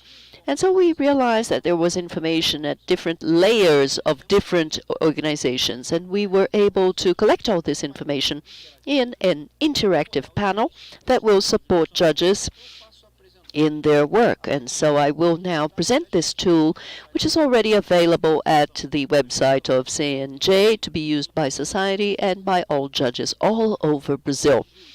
Sereni Jude, it works alongside the objectives of the specifically some specific objectives of the sustainable objectives. And so through DataJude, we have all the judicial processes of Brazil mapped and cataloged.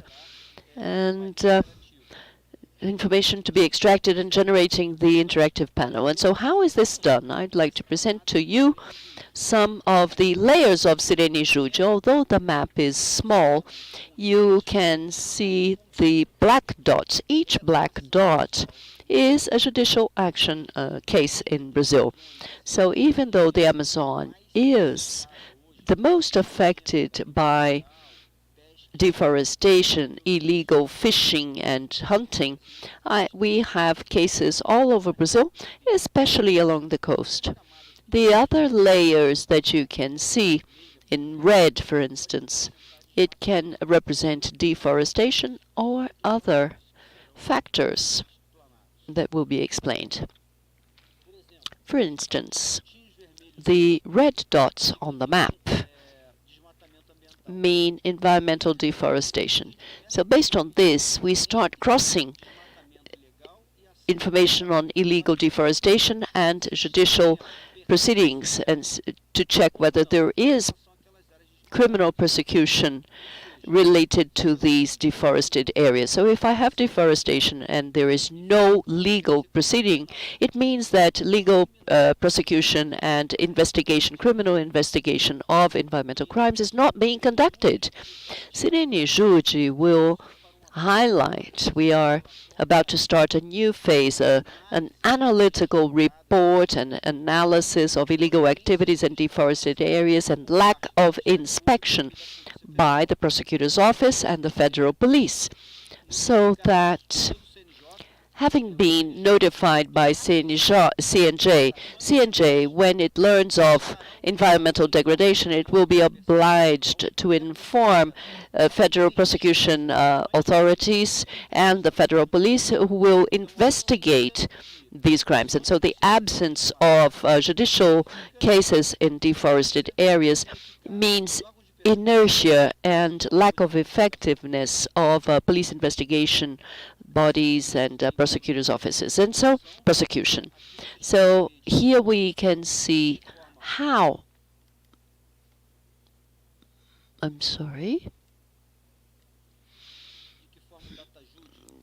how DataJude provides information on the judicial proceedings, and so on the right you see all the judicial case information in metadata. So information provided by DataJude and to be provided on the dashboard. And so we see who is the judge and in charge of this case, and the locality and other relevant information. I'm going to move forward here. So based on information from DataJude,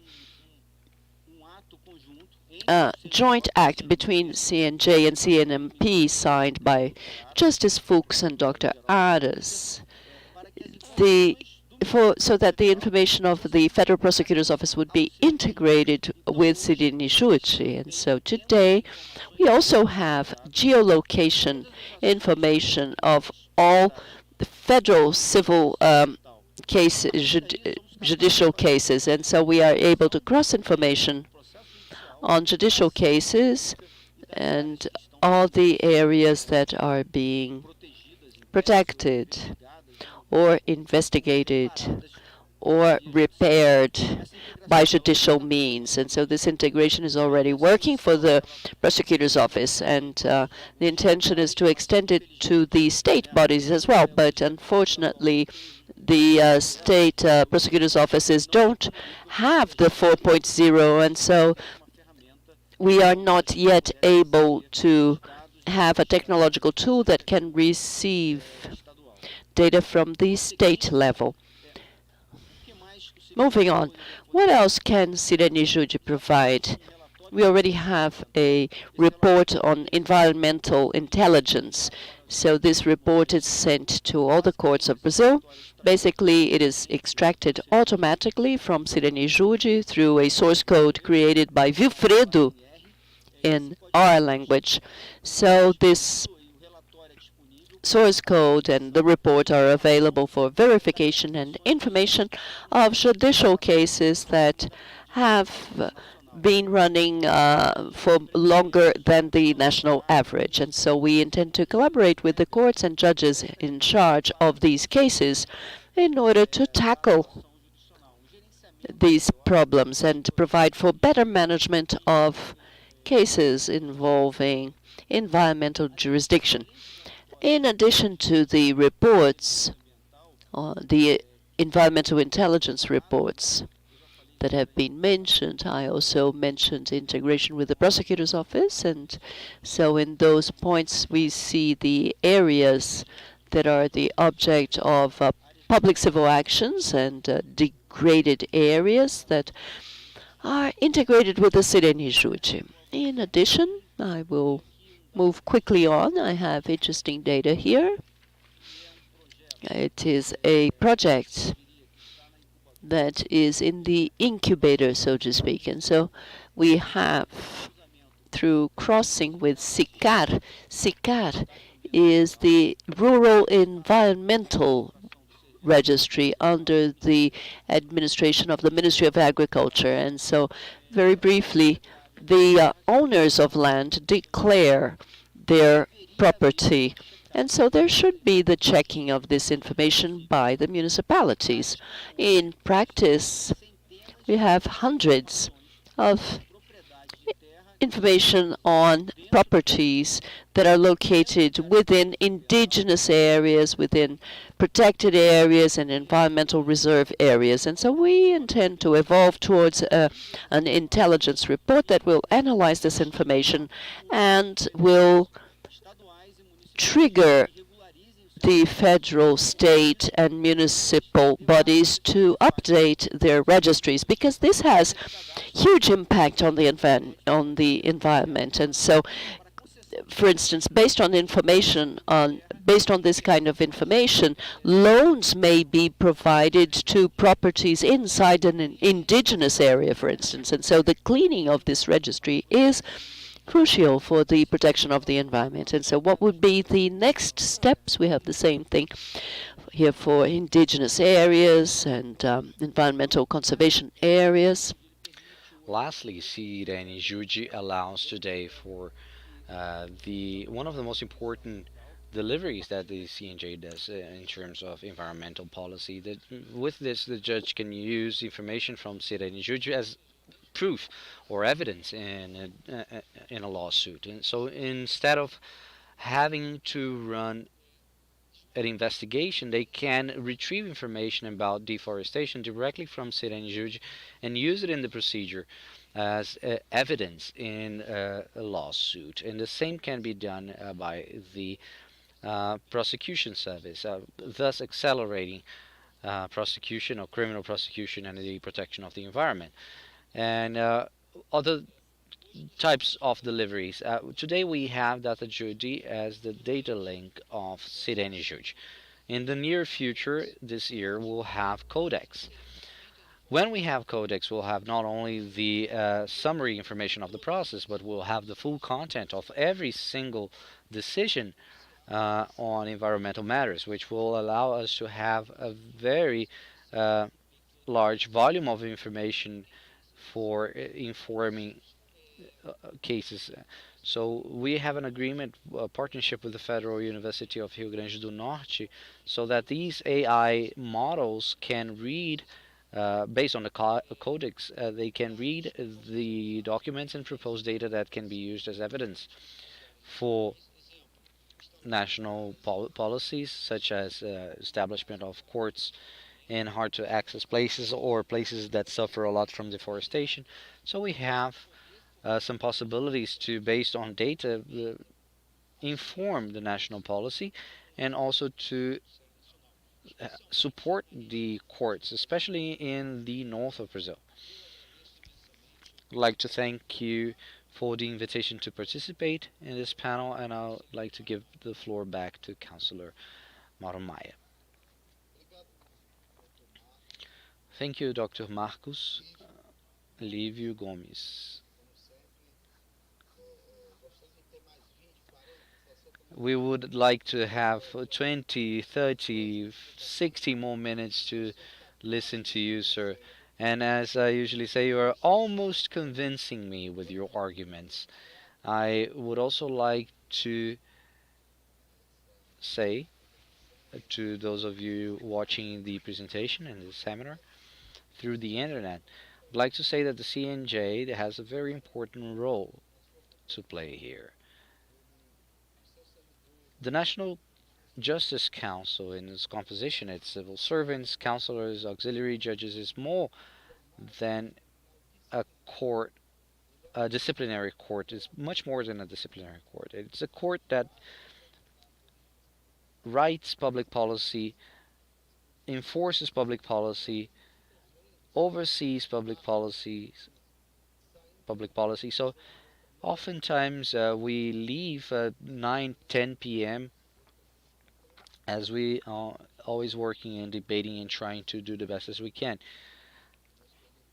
So President Luis Fux has given a lot of support to our initiatives.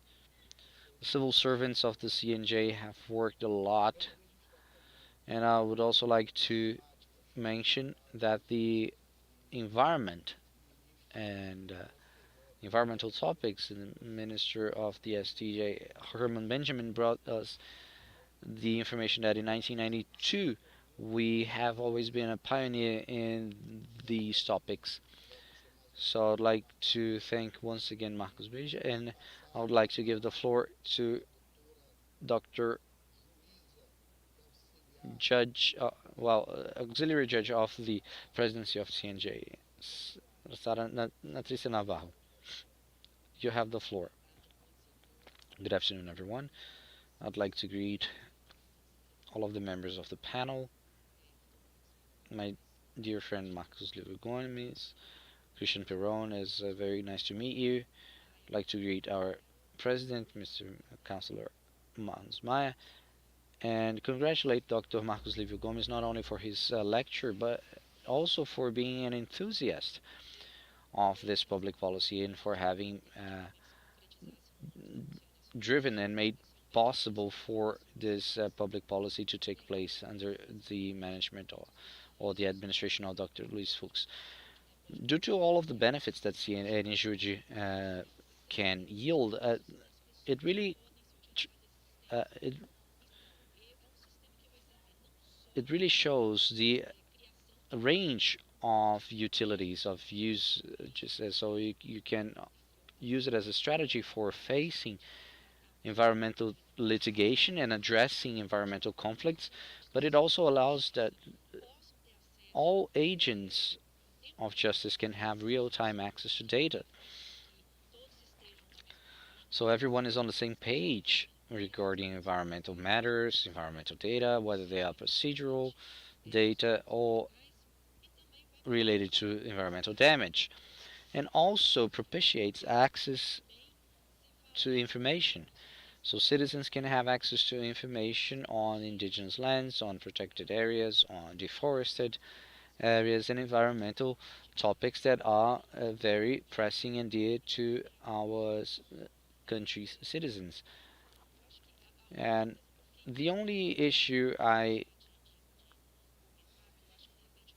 have to mention, which can maybe be an evolution of the system, and I will leave this as a provocation to Godofredo, whether we could in this system, well, I noticed that you included deforestation. Don't we, can't we add, for example, dams? Today we have 906 dams in Brazil, and you can see the problem that only two of them created, Mariana and Brumadinho.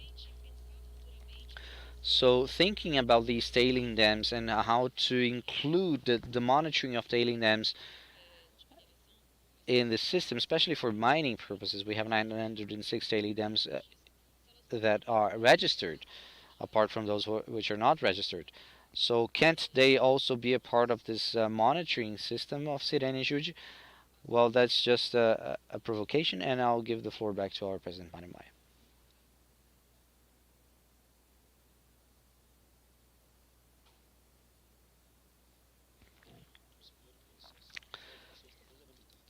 Counselor, you're on mute, apparently. Can you hear me now? Okay, yes. Dr. Patricia, congratulations. I think your concern regarding the tailing dams is a very legitimate concern, and it's a very current concern, and is I once again must highlight the role National Justice Council had in the case of Mariana, with your participation in the Councilor Bandeira and Flavia as well. Many times I could see countless people, both in the plenary sessions and in the building, working on that. Well, I'll give the floor to Christian Perrone, which has a PhD from the University of the State of Rio de Janeiro. He had a scholarship in Fulbright in Georgetown Center and has a special focus on regulation and international technology. He has a master's from the Cambridge University, and he has a diploma on human rights from the University of Europe. He was a secretary of the Inter-American uh, Ju- Judicial Committee, working on privacy and data protection as a rapporteur. He worked as well as a human rights specialist for the Inter-American Commission and Court of Human Rights, and he currently acts as a public policy consultant and head of rights and technology and GovTech teams at the Institute for Technology and Society in Rio de Janeiro. Mr. Christian Perron has 20 minutes. You have the floor, sir. Welcome, and we are anxious to hearing from you. It's a great pleasure to be back with you once again. Thank you for the kindness to allow me to address you for a little longer and continue to explore a little bit about our research. So I think I should thank not only the members of the panel here, Dr. Marcos Livio, Dr. Patricia, and Marco Maia, who's on the other side of the screen with us, but I'd also like to thank the possibility of continue to explore some of the elements I did with Dr. Lotz, focusing on a topic that seems extremely relevant for our research with Mr. Gernot Posch. Uh, one of the elements that our research showed to be extremely relevant is the usage of data, particularly for the informing of public policy and for decision-making purposes. And it seems to me that Sirene Juju somehow is seen as a big element in this process, and it seems to be an extremely relevant institutional tool both for the Brazilian judicial branch and for society at large. One of the most interesting points to me is the fact that it allows for the crossing of information among different databases. Now, if you allow me, uh, we'll put up the slides and I'll show you some perspective of how this process is taking place, this process of development of the environmental discussion regarding particularly sustainability and the environmental protection in terms of access to data and data development in the European Union. I should say that somehow this comment of mine is a fruit and a result of the research by Dr. Gurno Posch and myself.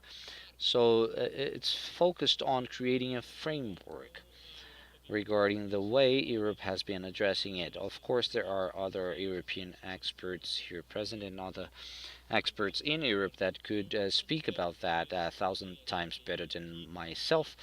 But thank you for the trust and apologize once again because I have my slides in English because my mind process was already working in English. So for our translators, I would like to let you know that I'll be switching to the English language at this point. When you look from the viewpoint of European Union, is the fact that environmental concerns has been present from the start, from the beginning. And digitalization and innovation in terms of sustainability and environmental protection is nothing new, is nothing that has happened in the last 5 years, 10 years. No, it's something that started quite a while ago. And when we're talking about this, what is new is where it's going. So what is the connection between the different institutions that deal with matters that might impact or might have an effect in environmental matters, and how it's going to be established, this connection in the future? What are the systems that are going to be together? What are the main action points that are going to be not from one institution, but from a plurality of institutions? And in terms of how it works, sorry, I use an AI to generate some of the slides, so it might be a little bit of an issue here. But so in terms of structure, so what is going to be our presentation today? We'll talk about 5 specific issues, particularly, so how was the environmental policy developed in the EU? And in order to go down and discuss whether there is and how it is applied in terms of e-justice. We are going to pass on through underlying principles of the environmental policy in EU, talk about sustainability and innovation in general, talk about the challenges, particularly in terms of cooperation and coordination, and then finally we are going to boil down to what are some of the results that we presented today, Gano and I. And please be my guest afterwards to talk to Gano a little bit more about the topic. I'm just here to present more than anything else. So let's talk. What I was talking to you before is the fact that it's nothing new to talk about environmental policy in Europe, but it's particularly interesting that there is incremental development in terms of policy in this area. So in the 70s, what you can see is the fact that they wanted to have a European-wide environmental policy. And then we see that moving on to the 80s, particularly in development within the EU of having one specific title in terms of environmental matters. What does it mean? It means that the EU gained more power, more capacity, more normative muscle in order to discuss and develop policies in the area of the environmental protection. Then you obviously come to the 90s, and there's quite a few developments in this area, particularly because environmental law and environmental policies become official areas of analysis for the EU. And particularly in the Amsterdam Treaty, there is a duty not only for the EU, but from the member states to integrate environmental policy not only as a separate sector, but across different sectors. So when you're talking about, for instance, energy, you have to talk about environmental policy. When you're talking about justice, you should talk also about environmental policies. And obviously, when you go to the Treaty of Lisbon, not only the idea of environmental protection is established, but also of sustainable development as well. So it gains a new dynamics, a new development in this area. So it's interesting to talk about how it has been developed within the EU from a policy that's based particularly on protecting environment towards protecting the market itself and protecting the ecosystem that sustains the environment. So talking about protecting people, protecting our rights, protecting animals, protect the fauna, the flora. So in a way, so that we can use the natural resources in a sustainable fashion. This also boils down to some specific principles that are very interesting for us to discuss, because to a certain extent, even though we are not 100% aware all the time about these principles, but they are going to be boiled down when we're going to discuss how to do evidence-based policy making and evidence-based decision making in terms of environmental policy. So 4 main underlying principles, so precaution, prevention, rectifying pollution at source, and polluters pays principle. So those create some sort of a web that protects the logic of the environment and protects the environment itself throughout different initiatives, both normative and executive initiatives towards all over the European Union, and as I mentioned, also towards the member states in a not only sector based but across the different sectors. So in the end, what we are looking for is an overall grasp of all, not only environmental policy as a standalone idea, but also as part of a much bigger concern in terms of sustainability of the different sectors and the market itself and sustainability of the society. So it becomes an important guiding principle and guiding logic behind different policies of the EU. How you see that? We see that as a transversal concern, having relationships with many different other areas. Probably one of the most important sectors nowadays is how do you deal with environmental policy in terms of the necessities of the energy that we have. So we have all this huge discussion all over the world, was particularly in Europe, how to have an energy ecosystem that it is both sustainable and also to a certain extent more autonomous and independent. I'm not going to mention, but there's a lot of this being discussed in the EU, and particularly in terms of this Repower EU Cities and Region, and obviously the EU Green Deal about creating different areas, different opportunities in order to use environmental policy in a way that is actually sustainable and obviously in terms of energy as well. And there is a huge initiative that covers many different aspects and many different areas of environmental policy, which is also this logic of a new European Green Deal, which based not only on specific policies for safeguarding fauna, flora, but also in environment, but also creating this whole systemic environment, also connected with the energy ecosystem and all the different cross-sectoral policies that may be of importance analysis. But there comes a few challenges. If in our report we talk about challenges in terms of e-justice, there's also a very important challenge, particularly in very complicated and complex ecosystems. There are not only normative, but also in the real ecosystems.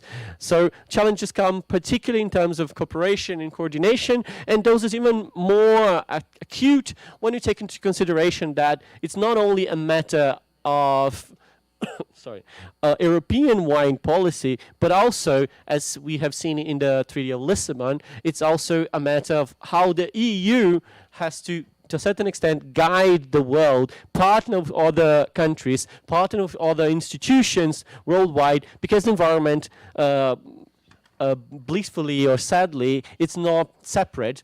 We all live in the same world, so there is a challenge of cooperation, coordination that's not only in Europe, but it's a global challenge.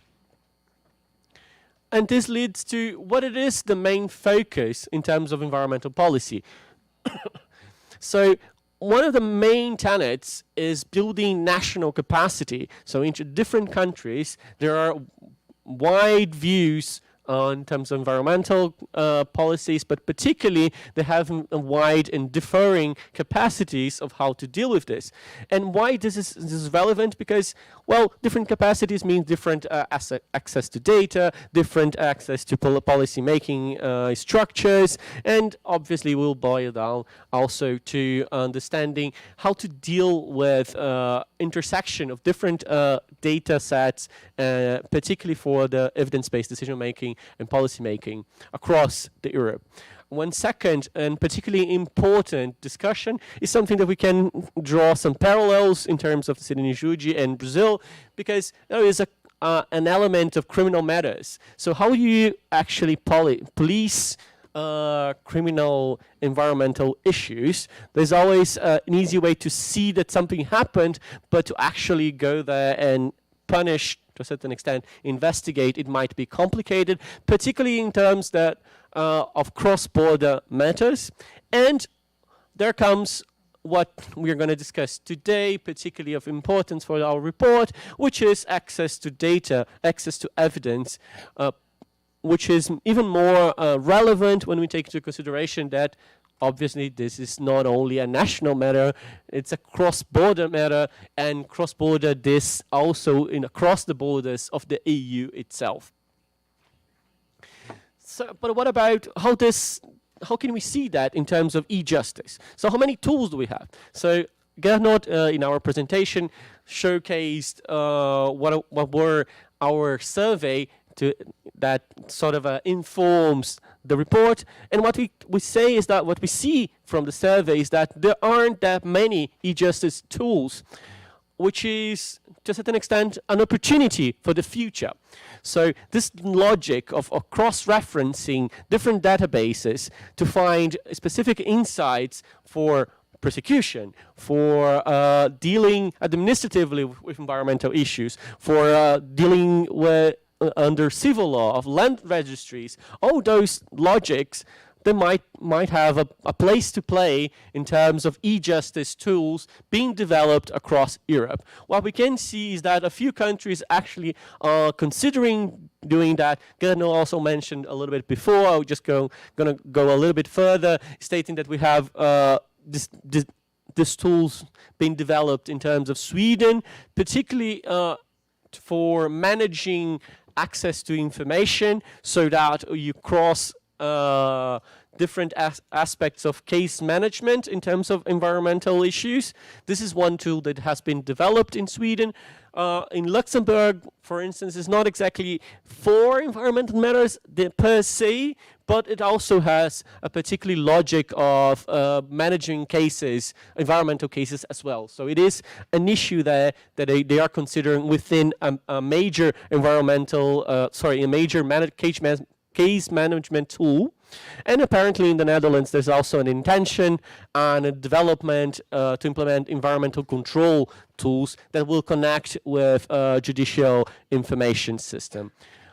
What this tells us a little bit about the future is that we have to deal with matters in terms of particularly in terms of data and in terms of rights and policy making in the future. That's why we wanted just to highlight an important convention that deals particularly with statistics and access to environmental data.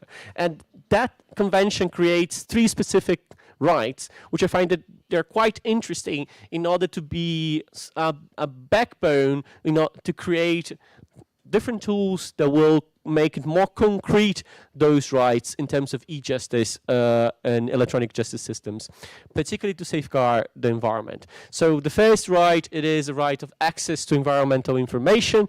So obviously the judiciary is not the main focus, or at least the first place that you would look for environmental information, but it's also, as Brazil apparently with Sede Judicial has proven themselves, it is an important matter, and it can be a specifically starting point, or at least another point of information for safeguarding and making it more concrete, this right of access to environmental information. A second right that I find it quite interesting, and to a certain extent showcases how important it is to be able to have access to the environmental data, is the right of public participation in environmental decision making. So it's not only about having access to the information, but what you do with this information. So for instance, Dr. Marcus Livio was talking about indigenous communities. You were talking about mining systems and how they may have an impact on the environment. All this depend on public policy decision making and having access to the environmental information and being able to cross-reference with criminal cases of different areas. That might be a very important potential solution. One last discussion is obviously when you talk about a right to review procedures and challenge public decisions. Then we go directly and straight to the judiciary themselves, because obviously when you talk about review, you're talking about the judiciary itself. So what it is, the conclusion that I may have on that is that in Europe there is a very robust public policy on environment. It is a policy that goes in different areas across the sector. It's transversal policy, and there is a very initial seed of questions of interaction with the judiciary itself, even though apparently there isn't that many justice tools specifically designed and taught about the environment. So it is an issue, but it is a very important opportunity for the future itself, and particularly because we can learn each other. So it showcases that this dialogue is very important and may build upon that in the future. So thank you very much. I guess that's what I had for today. Muito obrigado, gente. Foi prazer. Thank you. It was a pleasure.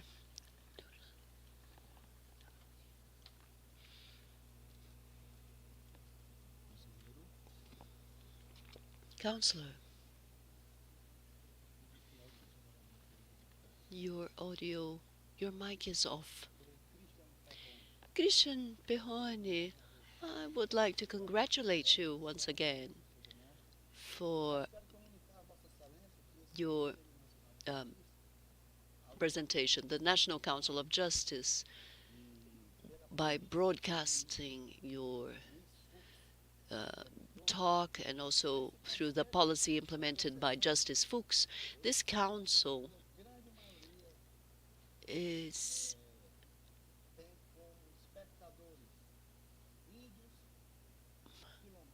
mostly concerned with indigenous populations, Afro-descendant populations, blind populations, illiterate, and without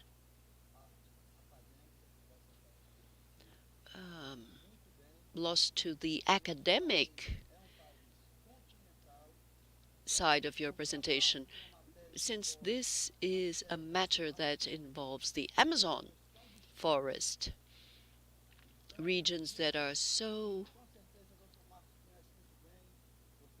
so distant, and Dr. Marcus and Dr. Tricia know this region well. So I would like to once again congratulate you.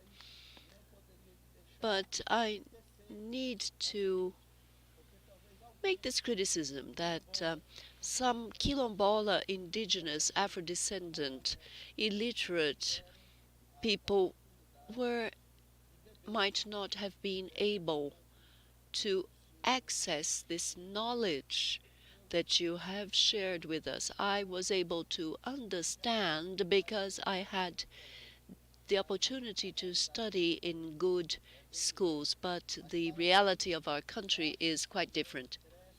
Congratulations. I think that the National Justice Council is always growing and developing with this such high level lectures. So I'd just like to leave this warning behind and bring the view of our presidency, Luis Fuchs, that has brought the CNJ closer to the very different and diverse realities of the country. Thank you very much, and I'll give the floor back to the moderator. Some very brief considerations. First of all, congratulations, Dr. Christian Perron, for yet another brilliant lecture today. I could realize that there is a consensus that the policy or development policy can and should progress alongside sustainability. So we have we are in line with several agendas of the 2030 goals, and we have partnerships with the FUN, CJF, and CNJ to address the 2030 agenda, to address cross-cutting topics, address sustainability. So I believe this is a consensus.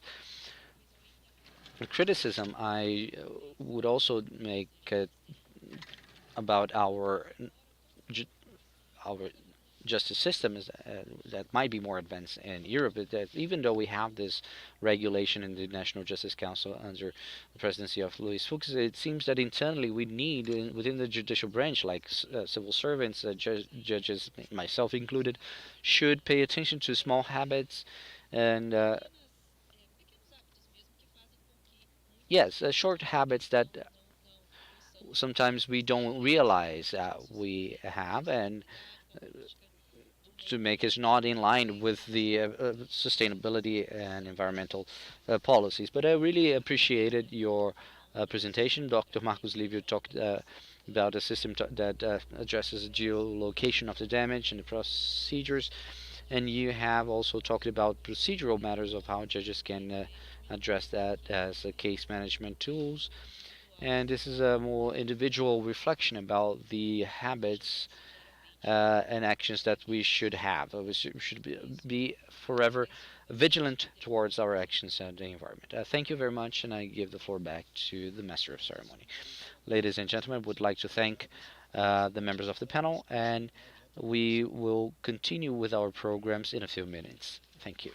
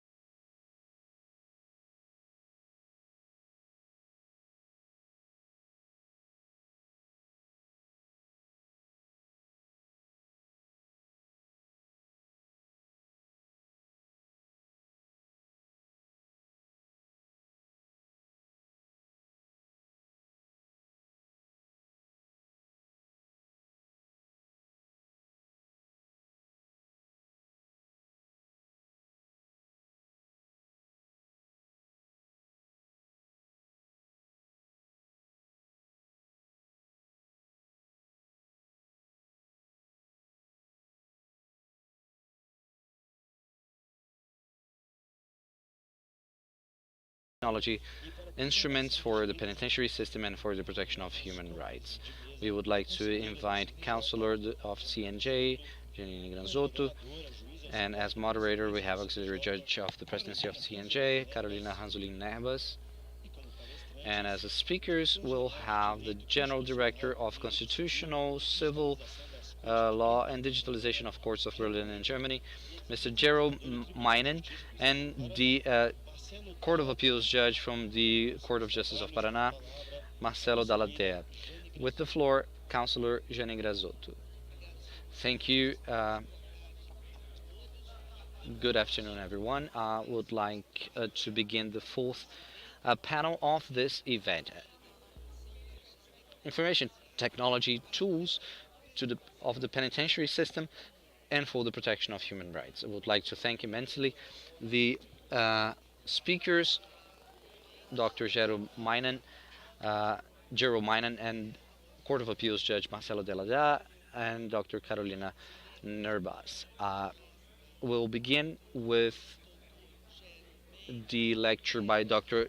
Gerald Meinen, who has a degree in law and has obtained his doctorate in 1984. He began his career as a judge in Berlin, and he worked in the courts of and he became the supervisor of the prisons of Tegel and head of Department for Treatment and Security Measures at the Tegel prison in 1998. From 2000 to 2003, he worked as a criminal court judge at Berlin County Court, and he was appointed judge of the Berlin Court of Appeal. In 2004, he was appointed to the position of Director General of the Department of Prison Service, Social Services, and Petition for Clemency of the Senate Administration of Justice from 2005 to 2008. In June 2006, he was appointed Director General of the Department for Civil Law and Administration Law. He co-created the Berlin Anti-Discrimination Act from 2020, and after the terrorist attack at a Christmas market in Berlin in December 2016, he was in charge for the creation of a division for victim support, which started working in the summer of 2018. Since 2022, he has been working in the process of digitalization of the Berlin courts. Thank you very much, Dr. Meinen. You have the floor, and you have 20 minutes for your presentation, sir.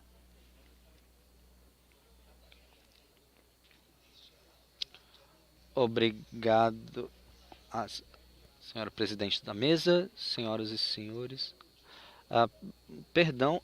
Possibilities and charges in the field of e-justice. It is my part to speak about a different topic that in a first view does not really fit with the subject of e-justice. I will talk a little bit about digitalization in the prison system, and I would like to do this from 2 points of views. That means from the point of view of the prison system as well as from them of the prisoners. Before I start,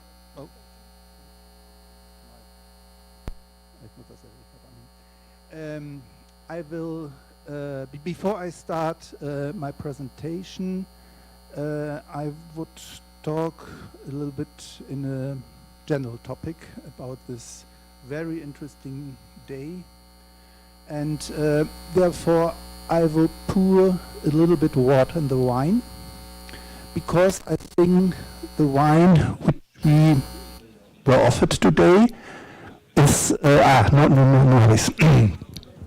is a little bit too sweet. Don't be afraid. I will serve also wine, but with a little bit less alcohol that we were used here in the last 5 hours. While I'm doing this, I will try to think about 3 topics which I found in the really interesting remarks all over this day. We heard more than one time this day that digitalization should be useful for mankind and help serve the people. But do we really think so, Or do we make a big step in the direction of Big Brother? Sometimes in this day, I suppose it was so. Second point. Yesterday, we were guests in the iconographic building of the Supreme Court of Brazil. Oscar Niemeyer built this Cathedral of Justice, I think I can talk in this way, by the motto, man is the measure of all things. When we really believe in this, we should all think about the question if our doing serves this motto. Third point. My colleague from Austria this morning said, in Germany we have a good and strong tradition working with paper files. That's right. So there should be really good reasons to change this running system. These reasons can be better results for the general public, a better quality of decisions, the improvement of human rights, or, as you heard in the last panel, the protection of the rainforest and the environment. So I try to remember all the 3 points while I'm talking to you and try to come in a discussion. First of all, I'm convinced that we can't speak about digitalization in the field of courts if we do not speak about the same time about digitalization in the field of the law enforcement, especially in the field of the criminal law. We would not talk about the whole agenda. This was clearly said in this afternoon. I worked for a long time in a prison and for the prison system in Berlin, and we have a lot of problems there. But mostly never the problem of a secure identification of prisoners. So I can't really imagine for what purpose we should use biometric identification systems. This is one of the points where I think we are a little bit too close to the Big Brother, and by all measures we are doing in this really big field of e-justice and digitalization, we always should think about, do we really need these tools for our doing, or do we serve a lot of money, do we spend a lot of money to companies who think this is a very good idea for the community? The topic of suicide, the colleagues talked also about it, is one of the main tasks in every prison. But we will solve this problem only with good trained social workers and psychologists and a good prison regime, but not with big data. Big data, now, not with big data. Big data now, when we talk about artificial intelligence, we nowadays talk about big data. We know no strong form from artificial intelligence. In Germany we say künstliche Intelligenz, ist etwas einfacher, artificial intelligence. And this is the same thing. When we try to solve problems with big data, I think we will not manage the real problem. The real problem is to build up a connection, a good connection between inmates and the prison staff. Okay, I will serve wine. Let me tell you a short story about digitalization and resocialization. About 8 years ago, my team and I thought about the possibilities of a safe internet for prisoners. We thought that they should have the opportunity to get an access, for instance, to get better information for the vocational training, for good measures, for recreation, and so on. Together with the design thinking school, we gave 6 students the opportunity to create, together with some, of course, reliable inmates, a safe little prototype. the result was quite interesting. But I was not impressed by the results, but by the process. In the co-working between the students and the prisoners was born a remarkable sentence by one of the prisoners. Very well that prison authorities never can give a free access to the internet. You know all these problems with child. But the prison authorities, so the prisoner, have the responsibility to think about possibilities how prisoners can participate in the process of digitalization. And that opens the fight. 8 years ago now, from this little prototype, in Germany only less people made something like online banking or used their cell phone for buy a ticket for the public transport. When I bought my first iPhone, I used it for looking for Wikipedia and a little bit the media, but e-banking for me or buying some tickets for the public transport, it was not my thing. But nowadays, it's mandatory to handle with all these topics, and you can't participate in this world without dealing with the basic knowledge and all these things. And this is the point where we should think about when we talk about digitalization in prisons. What have we to do with the prisoners to make their make their knowledge about all these things in a wider way? So let's try to face the question of digitalization in a systematical way. As lawyers, we are all lawyers in this room, we do that by looking in the written law. And now I would like to have the second slide of my presentation, please.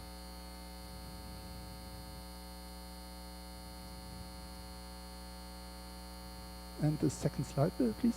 Next one.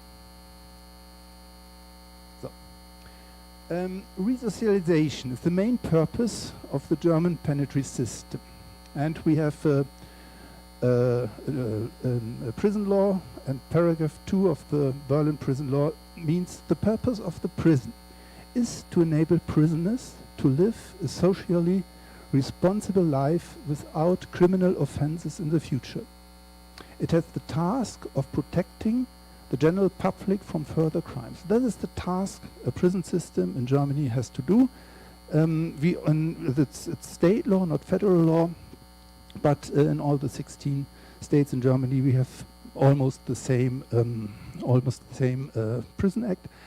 And this kind, paragraph 2 Berlin Prison Act, is based on many decisions of the German Constitutional Court, or Bundesverfassungsgericht. It started in the late 60s and 70s, and the court had in many other further decisions this sentence maintained. So, and we see we have two tasks in that. The first one is to make a resocialization, that's sentence 1. But sentence 2 says the prison system has also to protect the society from further crimes.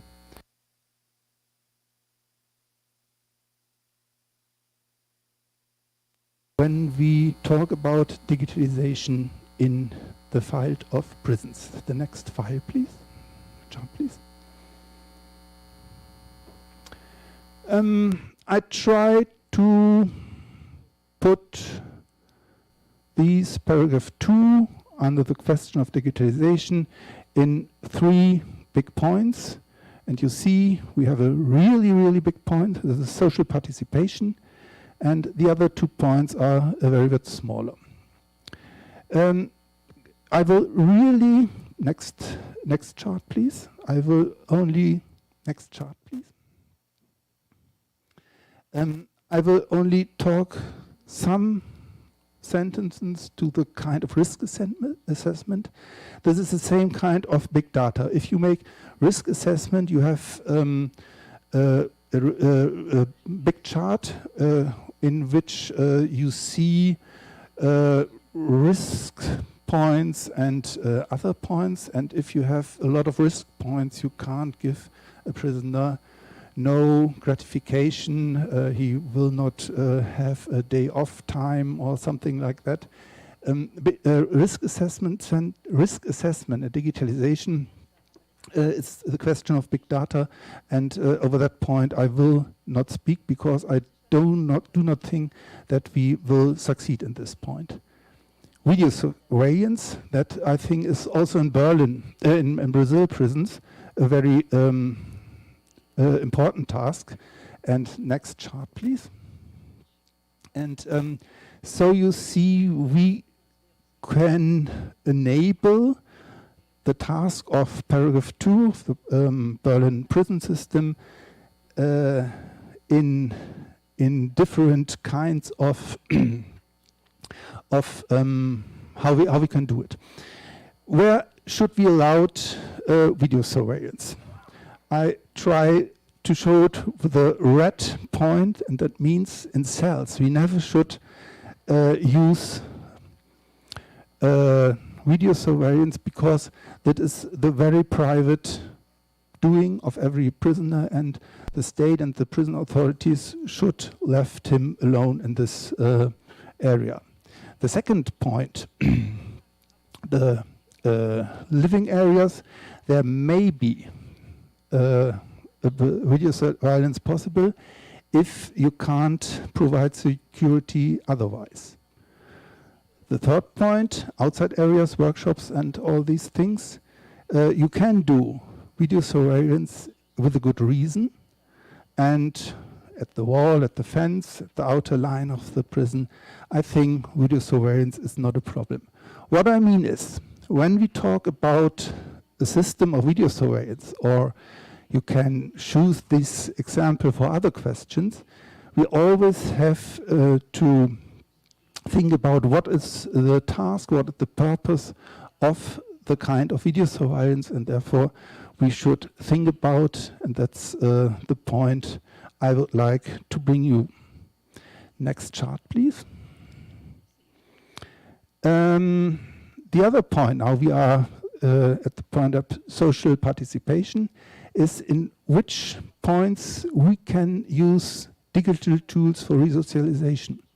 And there I see, in the moment, 4 points. I think there's another really interesting point we heard about this afternoon. It's are these things as a Google Translator, where we can manage the communication between foreign prisoners and the prison staff in a better way. But what can digitalization make? You all know these things. Vocational training. There are a lot of programs we can offer to the prisoners to work on this theme.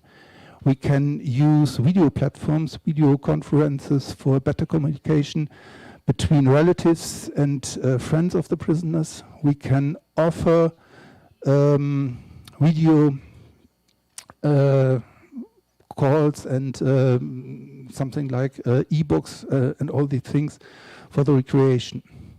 But what for me is really interesting, when we have to bring prisoners back to the society, we can think about if Skype or all these video platforms we can offer community-based educational offers. That means in Berlin we have a really bright system of Universidades Populares, also Volkshochschulen for adult learners, and we can try to bring prisoners together with the people outside the prisons and learn a foreign language together.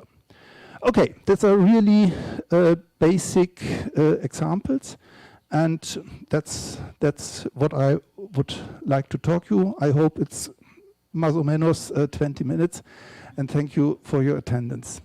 That's all. Thank you.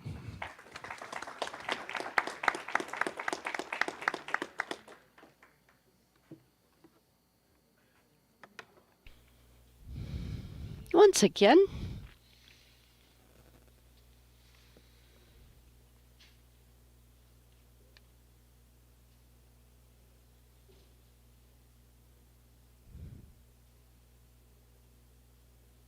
Once again, thank you, Dr. Jaron Mainen, for your presentation explaining the prison system in Berlin and activities for re-socialization, how they can lead to the recovery of prisoners in a very positive way for society.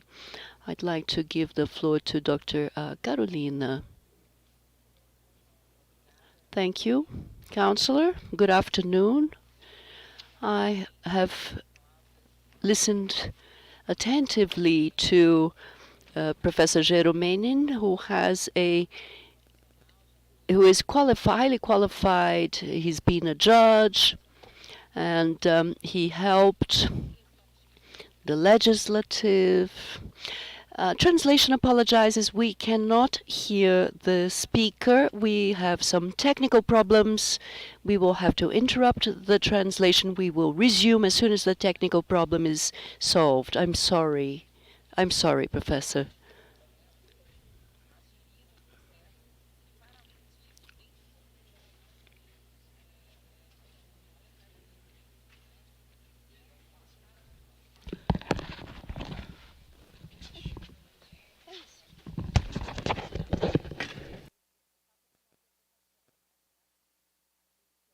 praticar crime, e na maioria das vezes é uma opção, né, que tem consequências, se ao adentrar no sistema prisional essa pessoa não renunciou um pouco dos seus direitos à privacidade e dentro do sistema tenha que se é, é,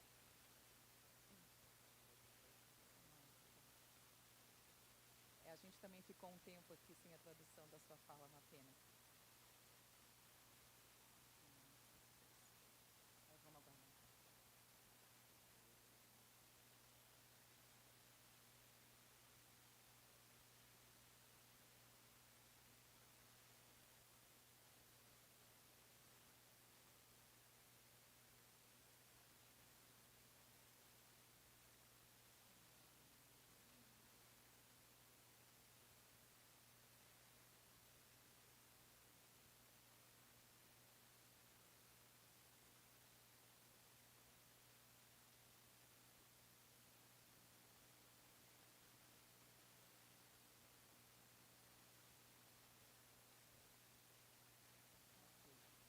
Na verdade, eu iria fazer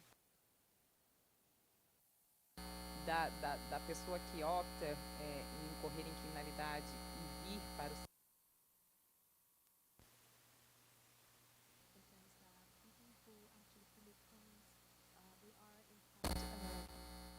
giving away the rights to individual privacy. They're renouncing to the rights to individual privacy. Na verdade, é mais uma provocação, não há necessidade de uma resposta imediata, mas é claro, se o Gero, Dr. Gero quiser, ele pode fazer ao final. E se a gente, se a biometria, a identificação biométrica e aquela preocupação com a privacidade dentro do sistema. The concern over the privacy within the system. So this is more some food for thought. And surveillance within the prison system. Moema está lá. Which is talking about the vigilance systems with biometric identification and surveillance cameras and everything inside the prison, whether that is really necessary. Só para finalizar, mas o grande desafio é realmente esse, né? Trazer a punição do Estado com respeito aos direitos humanos. Acho que isso que nós buscamos. So this is what we are seeking in the European Union and in Brazil, and I believe that Marcelo will also address this. Thank you. This is the greatest challenge, which is protecting citizens. Perdi a fala, offer, yes, at the same time ensuring human rights. So she'll give the floor now to the next panelist who has more experience to add on the subject.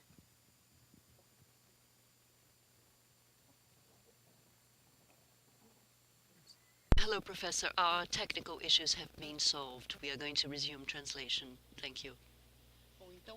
So, continuing, we are going to hear our Brazilian lecturer, Judge Marcelo, who is judge of the Justice Court of Paraná, professor of Univel, and also the PUC Paraná, and member of the Brazilian Institute on Criminal Law, the Brazilian Association on Professors of Criminal Sciences, of FUNAGE, and General Supervisor of Information Technology and Communication of the Justice Court of Paraná, Vice President of the Governance Group on Information and Communication of the Court in Paraná, and member also of the CNJ, auxiliary judge of DNF CNJ, and part of the 10th chamber of the Justice Council of Paraná. So, Marcelo, Dr. Marcelo, you have 20 minutes. Good afternoon. Good afternoon to the panel members. It's interesting to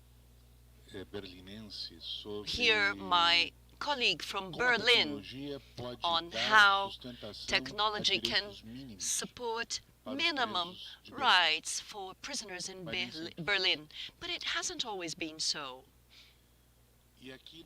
And here we have an important aspect. What is the law for? And within this question, there's another one. What is technology for, e-justice for, within law? Who are we working for? Who are we? Why are we the way we are? And so taking, well, taking the liberty to talk about the history of Germany. I am a fan of Germany. If I could live in Berlin, I would with great pleasure. But Germany hasn't always been Germany. The Germany that we know was born in 1970. We know the Grimm brothers. You know, they were. One of them was a judge. Did you know that? Why does one judge decide to write children's stories? The other one was a professor of law, the other brother. So I was always curious. I'm not only a professor of penal law, criminal law, but I also infrequently teach the history of law, and I always tell my postgraduate students in history of law what should be a lesson on constitutional law, on public freedoms. In the 40s, 50s, we addressed the liberté publique. So the University of Berlin or any other university in 1947, in 46, who were the students? Who were the professors? Have you thought of that? A young 16-year-old man with a cleft palate and difficulty speaking called Inge Habermas. How did he think? A boy, a war prisoner, a prisoner in the Arctic Circle, Klaus Hoxen, one of the great penal scientists of the end of the 20th century. How did he think? Have you thought about that? Those who know Berlin know that von Humboldt is in a very close, it's very near the Soviet embassy. And that region of Berlin was completely devastated. What was it like to be a student there in 1948, the date of the German Constitution that foresaw civil disobedience as a public asset, unalienable right? My training is not German, it's Italian. I studied in Italy, actually. The first time I addressed a German position from a professor in my, he told me, well, this is not Germany. Germany is Germany, Italy is Italy. And I went silent for for the sixth next months. And nothing comes for free. What we call today dignity and honor and human rights did not come without a price. Not for law, not for the peoples who have suffered from the crushing hatred towards one another. Yes, ladies and gentlemen, hatred was more than a feeling. It was a motivation at that time. Have you considered that? John Halls, professor of jurisprudence in Harvard. Jurisprudence is actually a law theory. He went back home with 37 kilos. His father was the wealthiest lawyer in New York. Have you thought about that? What took John Halls to write Figure of Justice, his book? Have you considered how they suffered in thought? On the other hand, we have technology. First computers were nothing like today's computers. The first programmers were female programmers because the way you programmed Colossus or ENIAC or any other computer of the first generation was with uh, telephone cables from the 70s. I remember I'm from a city in the countryside of Paraná and asking for a connection with São Paulo. You have to ask in the morning and have it at noon and having to ask again at 12.1. One of the first computers were created by the U.S. Navy to correct high caliber artillery shots and fires. And the other computer was for managing people. Do you know what is the less known military operation, a magic carpet? Do you know the magic carpet operation to bring back the 15 million men in arms from Japan, from Australia, from Borneo, from France? Well, those didn't want to go back, right?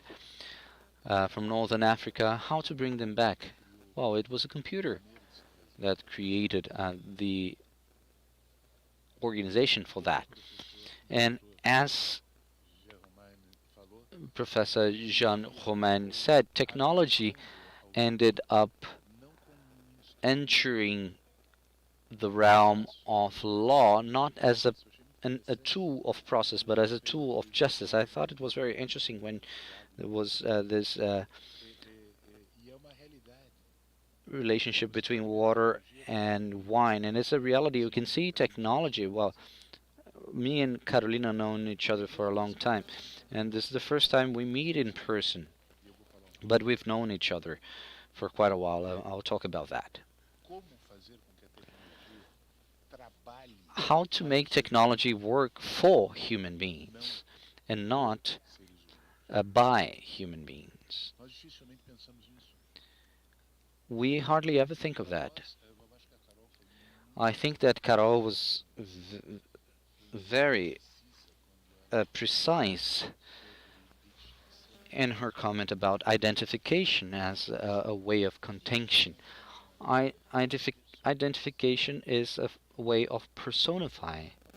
Have you thought about how we treat our defendants as the other and not as an entity that is part of us, we as law operators are becoming progressively, or we shouldn't become progressively bureaucrats of uh, law, of the enforcement of a moment of our current law. And we forget that those to whom we direct our decisions are human beings in the same format and texture as us. Well, I had my first shock, Dr. Mine, when I was an intern at the public defense office at the state of Paraná. I had an experience of a 19-year-old, and I went to work as an intern in criminal law. So we always start working with law by criminal law. You never saw uh, movies about all the facets of law, but there's always criminal law in movies. So I went to work with criminal law, and my boss at the time told me to go fetch a signature for the provisional prison of Imbaú. Today, this is the judicial center of many different courts of Curitiba. It was a prison in the past, so we don't know the difference sometimes. And the lights went out, there was a blackout, and I was locked in with 137 inmates. And I really reconsidered a lot of decisions in my life. Maybe I could go to engineering, maybe I should do something else. But it was my first time with inmates, and they have all talked to me at that occasion. They have only talked to me. They asked me about football. Well, I am regrettably a supporter of a team from São Paulo, and they asked me about the Curitiba teams, and I didn't know the results. But that was the first time I actually left a, a prison, and I found out that there were human beings actually there. Before I came for this lecture, I took a look at the statistics that we have. Last week we had 900,000 inmates. We have 0.5% of the population. Seems that the battery ran out. We have 0.5% of the Brazilian population behind bars, and we simply do not care to know who they are.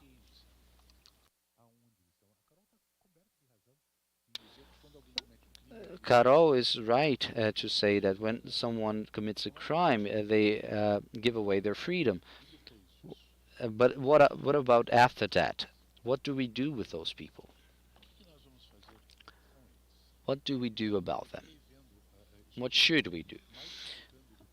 I heard about it, and I made a personal choice of not bringing any data, any slides. Just wanted to talk to you because that's what makes us humans. We humans exchange ideas. We're more than just documents and words. We are ideas. And it really called my attention, this point of using technology for resocialization. And one of the things that is important is to use technology to talk to friends and family. So relatives and friends.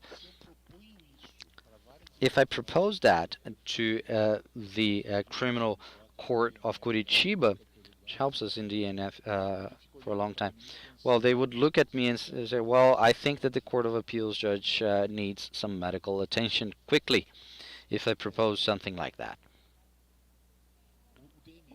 What of it? So DNF, when it thinks about systems, if I am the coordinator of the version 3.0 and a biometrics program, so they don't think about control methods, they think about it in citizenship terms. And this is a word that we don't have in our vocabulary. Citizenship. Civita in Latin. The right that is inherent to those dwelling in civilized societies. It's true. People who live in organized societies have no duties in principle. They have rights, but the duties come from the principle, not the other way, from the rights, not the other way around. Did you know that in Italy, the Constitutional Court was created by the Constitution of 1948? Do you know when the first judge of the Constitutional Court was nominated? In the 60s. Because all judges up to that point were obliged to belong to the fascist party. It was not because they were judges that they were in the fascist party. It was the other way around. They were fascists so they could become judges.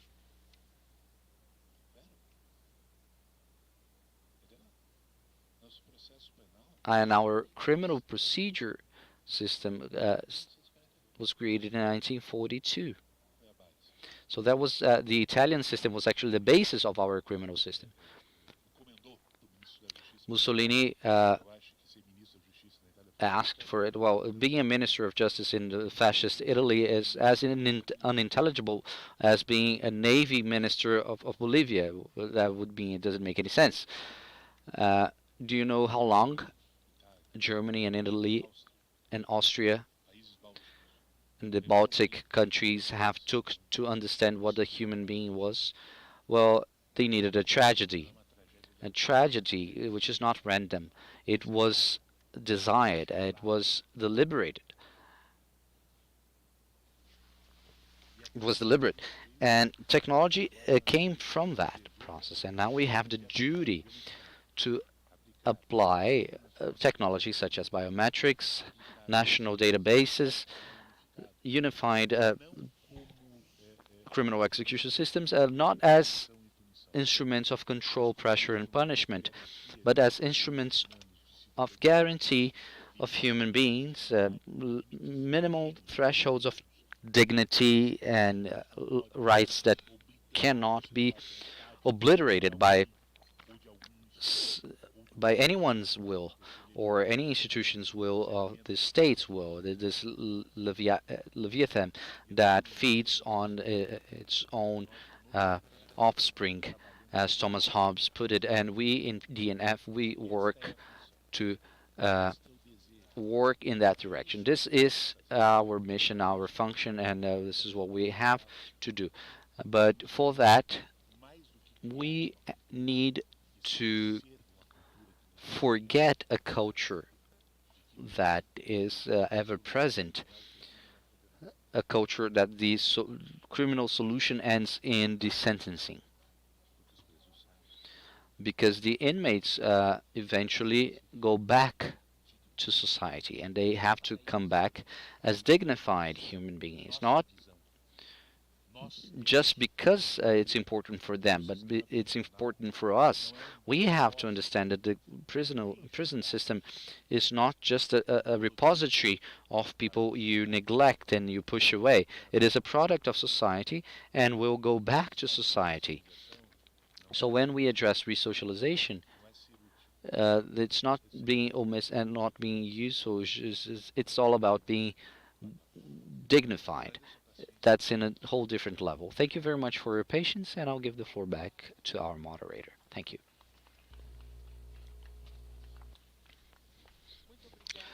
Thank you very much, Court of Appeals Judge Marcelo, and I'll give the floor to our moderator, Carolina. It is always a pleasure to hear from Court of Appeals Judge Marcelo. We have fought over a few issues and we've made peace several times already. For those who don't know, he is the father of the electronic system of unified execution of sentences. This is why he can very comfortably talk about the number of inmates in Brazil. The system he created is almost in 100% of Brazilian courts, and through him, we will manage. Well, DNF is a turning point in the criminal system, and we have public systems for that. Biometrics identification is for that. So please notice, doctor, that our inmates come to hearings sometimes without ever having any type of ID. So biometric identification is very important, so that we have this criminal interest in that, in knowing the background of that person. But we also want to bring citizenship so that they can be effectively resocialized after the sentence. We don't have a death penalty in Brazil, and I believe it's the same in most countries in the European Union, apart from life to come back to society. And so, in view of the fact that they are going to come back to society, we are able to persuade certain sectors that they need to be re-socialized so that they will return better rather than worse. And Marcelo de la Dea is one of the promoters of the re-socialization of inmates. Thank you so much for this. You are a live, living encyclopedia. It's always a pleasure to hear you. Thank you.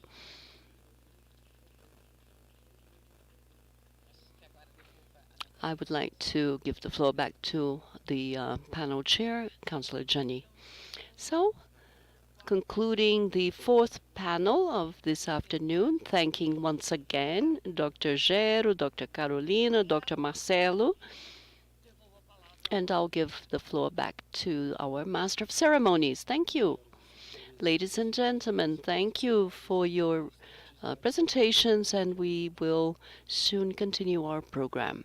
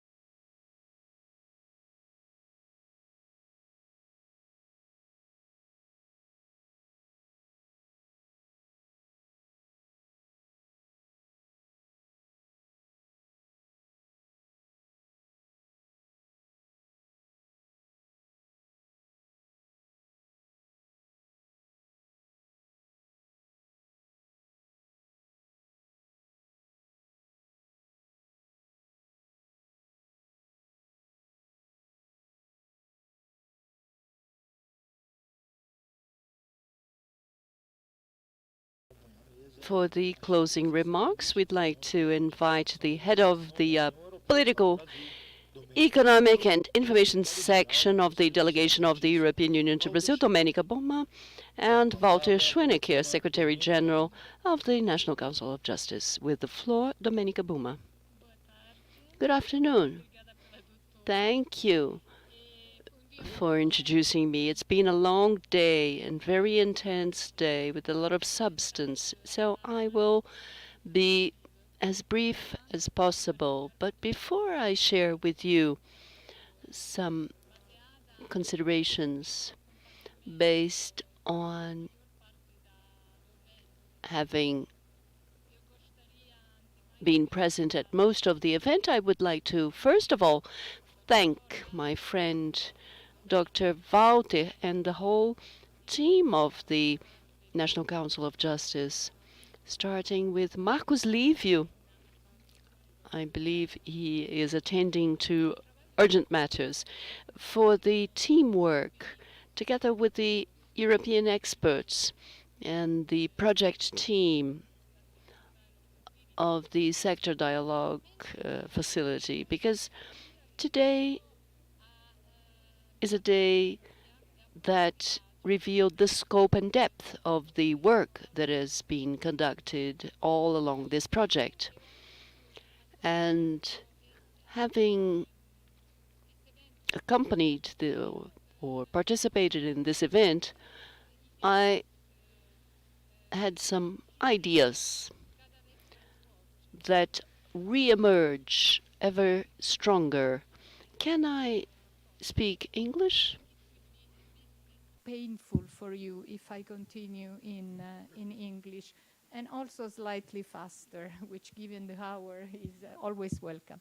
I think that the first keyword that I really captured from the beginning to the end of today's event and of this project is the word partnership, parceria. Parceria con OCNJ, with the National Council of Justice and the whole judiciary that was eminently represented in the opening session in the person of President Fuchs and President Fachin, representing basically three pillars of the judiciary system in Brazil: the National Council of Justice, the Supreme Federal Court, and the Supreme Electoral Court. All of them three key partners for the European Union, along also with, the presence of the Procurador-Geral da Repubblica, that represents the Ministerio Pubblico and also the Consiglio Nazionale do Ministerio Pubblico. In their jointly, they are really fundamental partners for the European Union in its relations with Brazil as a country, representing an action of the judiciary that is essential for our agenda in Brazil. We also heard a lot talking about values throughout the day, the values of the rule of law, of democracy, of human rights. They were mentioned again and again from the opening until the very last lecture of this extremely generous and competent desembargador, Marcelo, who put on the table some very essential basic questions. I think that it's very appropriate for me, perhaps just to underline that all these values are shared values between the EU and Brazil, and that we always try to underpin with our cooperation initiatives with the judiciary these values, including with this project today. And the project, the conference, the interventions, both from the Brazilian and the European side, demonstrated once more that the judiciary has a key role to play in the realization of human rights in the area of the environment, for the rule of law and for democracy as a whole. But today it was very much about technology. And we could see how technology can be vital to underpin positive developments in public policies and in the advancement of society as a whole. But in the opening sessions, we also were reminded that technology and digitalization can also be leading to not necessarily positive phenomena like fake news, disinformation. We heard later on in the last panel very fundamental questions about the sometimes difficult border between use of technologies and the possible risks of restriction of human rights and fundamental freedoms. Again, I think the project and that we are honored to support together with the Council of Justice and the IT conference today confirmed that this is really a key role for the judiciary to tackle these fundamental questions that also touch upon basic ethical and moral issues in the application of technologies so that they can really work for the progress and the benefit of the society. Finally, allow me to mention also the other words that were cross-border in all the discussions today and in all the activities of the project. And these are dialogue, exchange, and cooperation.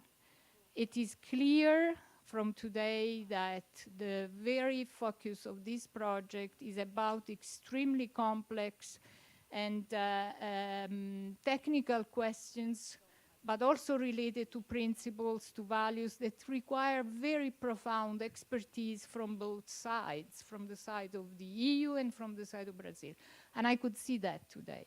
So I go home very happy to see that the fundamental objective of this project is fulfilled. And this was the idea of fostering exchange and a dialogue where in the EU, we can learn from Brazil's experience and vice versa, because dialogue always and exchange has to go two ways.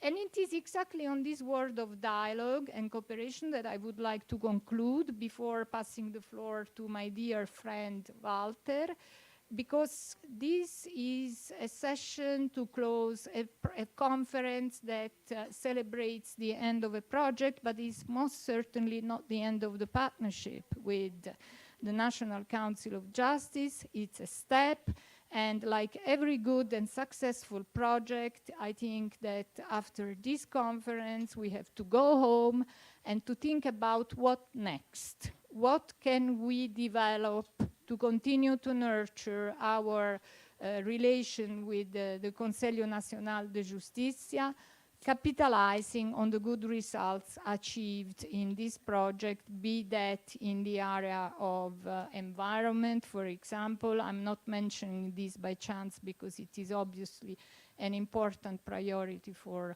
the European Union in its agenda in Brazil, and the work that is being done in Brazil in the STF and in Senejuda is absolutely outstanding, or in other areas as well. So over to you, dear Walter. This is the end of a very happy day, but the continuation of a common journey that will have a next stop in a next virtual thematic area that I'm very eager to discover together with you.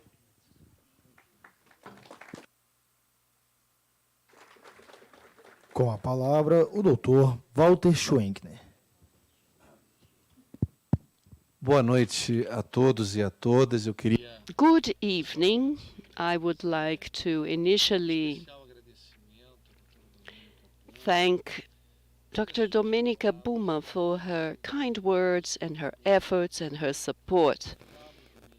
Domenica, here you've already realized that we tend to use first names, right? Very respectfully, but we tend to use first names. And so I would like to thank also the whole delegation of the European Union to Brazil. Along the whole day, we had an event analyzing very important themes of the highest importance, not only for the Brazilian judiciary or the European Union judiciary. We had discussions in a very deep, at great depth, multidisciplinary discussions on fundamental rights, on guaranteeing fundamental rights in the future. As Ambassador Ignacio highlighted this morning, in face of the undesirable discriminatory bias caused by improper use of artificial intelligence, for instance, this is an issue that is discussed in academia. I am a professor at the post-graduation program at UERJ. This is one of the pressing topics, how to control the difficulties related to the opacity of algorithms. We have been investing in artificial intelligence in the judiciary, but the state, and not only the judiciary, the state in general. When we started this partnership, and I have a very long-standing partnership with the European Union. I see Elisa here. We actually borrowed a lot from Vilfredo. Vilfredo is an asset. He knows more of the programs than many other people. And so when we started in the CNMP, and I was in awe of the possibilities provided by the sectoral dialogues program for the relationships between the European Union and other countries. I've learned a lot with all the projects related to domestic violence, for instance, when I was at the Superior Electoral Court, for instance. Under the sectoral dialogues program, we held one of the biggest seminars, perhaps the first seminar in Brazil, on fake news. And it was on that occasion that I learned from Europeans belonging to the high level that fake news is not the best term to use. We are not dealing with fake news per se. We are dealing with disinformation, right? In the era of post-truth, it's hard to distinguish truth from lies, right? And so from the bottom of my heart, I need to thank the European Union for having provided a level of excellence in the institutional debate and technical debate. I can see here the experts, Dr. Gernot, Christian Perrone. It's been a significant investment. Investment that produces results, because at the end of the line, we discuss human rights, the environment. We discussed throughout the day the deployment of technology and the duties of the Brazilian states, European states. We discussed the development of Estonia, Germany, and Austria, and we have visited these countries to contextualize their experiences. So we are, in fact, discussing tools, tools that are paramount, fundamental for the consolidation of democracy. There is no democracy without the use of these tools.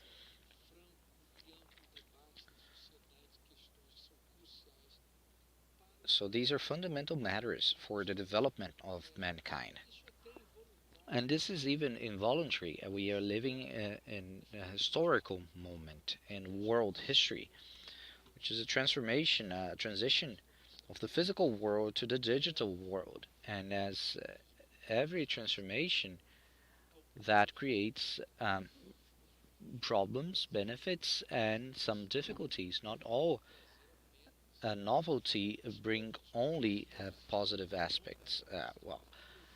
And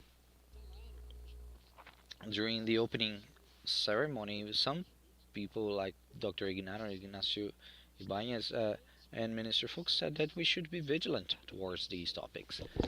And Brazil, in this aspect, I'm very proud to say that Brazil is in the forefront of the world in terms of investing in technology at the level of the judicial branch because of our circumstances. We are a country with over 75 million lawsuits on under procedure. That's an anomaly. That's not good. That's a bad thing, actually. But how do we face it? Well, with this context and considering the continental size of our country, Dr. Theo is here. He's a labor judge in Rondônia. He has to move from a court from Rondônia and another court in Acre. These are days of traveling through roads and rivers, so that ended up pushing us to the deployment of technology. That's not common in the world, and it has placed us in a very privileged position in that regard. This is why this debate is so important. This exchange among countries with different realities. The European Union also invests a lot in technology naturally, but the characteristics of our country are important so that the European Union can learn from us, and we also learn a lot from them so that we can see where we are making mistakes, where we can improve. So this exchange of experiences is fundamental. I was thinking about that one of these days when they were reporting their experiences in the mission to the European Union. Well, they do it like this, they do it like that. So I was thinking about how we are only able to understand the stage of evolution of our country when we look at other experiences. Because we're too close from our reality and our routine, and we think that all of that is normal. That is normal for a judge to dispatch a remotely video conferencing. That is normal to issue sentences and decisions digitally, but it's not the case in every place in the world. So it's a very timely debate at this point in the CNJ. The CNJ is leading, spearheading this movement in Brazil with the program Justice 4.0. And would also like to thank for the confidence, for the trust you have placed upon us, even in myself as a representative of the program, or small leadership on this program, but it's important to progress and to walk together. As it was said, this is an important day, a lot of work at an event like this with over 1,700 people registered over the internet. We had a full room. Even with the pandemic, we kept a very high uh, audience, a very numerous audience. People came from Europe. So to organize all of that displacement and accommodations and travel tickets. So thank you so much for your interest in this event, for the consolidation of this very beautiful partnership. Beautiful because it is very hard to have a Brazilian person that doesn't have some ascendance in Europe. My name comes from German actually. So this is the case for many Brazilians. So to create, we always have some Portuguese or Italian connection. So our connection with the old world, with the European continent, is a very deep connection. It's emotional. It's affectionate and even intellectual. In the intellectual environment, we are very much in line, uh, especially with law studies. Roman and Germanic and Anglo-Saxon law has been influencing us a lot. So I'm very thankful for, very grateful, and I would like to expand these acknowledgments to everyone that has participated to some extent to the success of this event. And I know that it was a huge success. I couldn't be here for the whole day, but I've heard that the panels were very, very good, presenting very good, very important information, and but also like to thank the delegation from the European Union that people have participated in countless prep meetings. Today is actually the cherry on top of the cake, and this is not an end or an end of the tunnel or an end of a journey. It is the cherry of the on top of the cake because there was a study made by the experts from European Union and from Brazil. This is a very important study comparing, not in the sense of what's better and what's worse, but compares countries so that we have a mutual learning based on the experiences of European Union and Brazil alike. Uh, there was a mission in Europe, 5 members of the National Justice Council, CNJ, justices that have participated in technical meetings in the countries that were previously agreed upon. For example, Estonia. Estonia is considered the country that has one of the largest investments of e-government in the world. Uh, so there was a lot of learning with that mission. And what do we have for the future? What is our vision, our horizon for the future?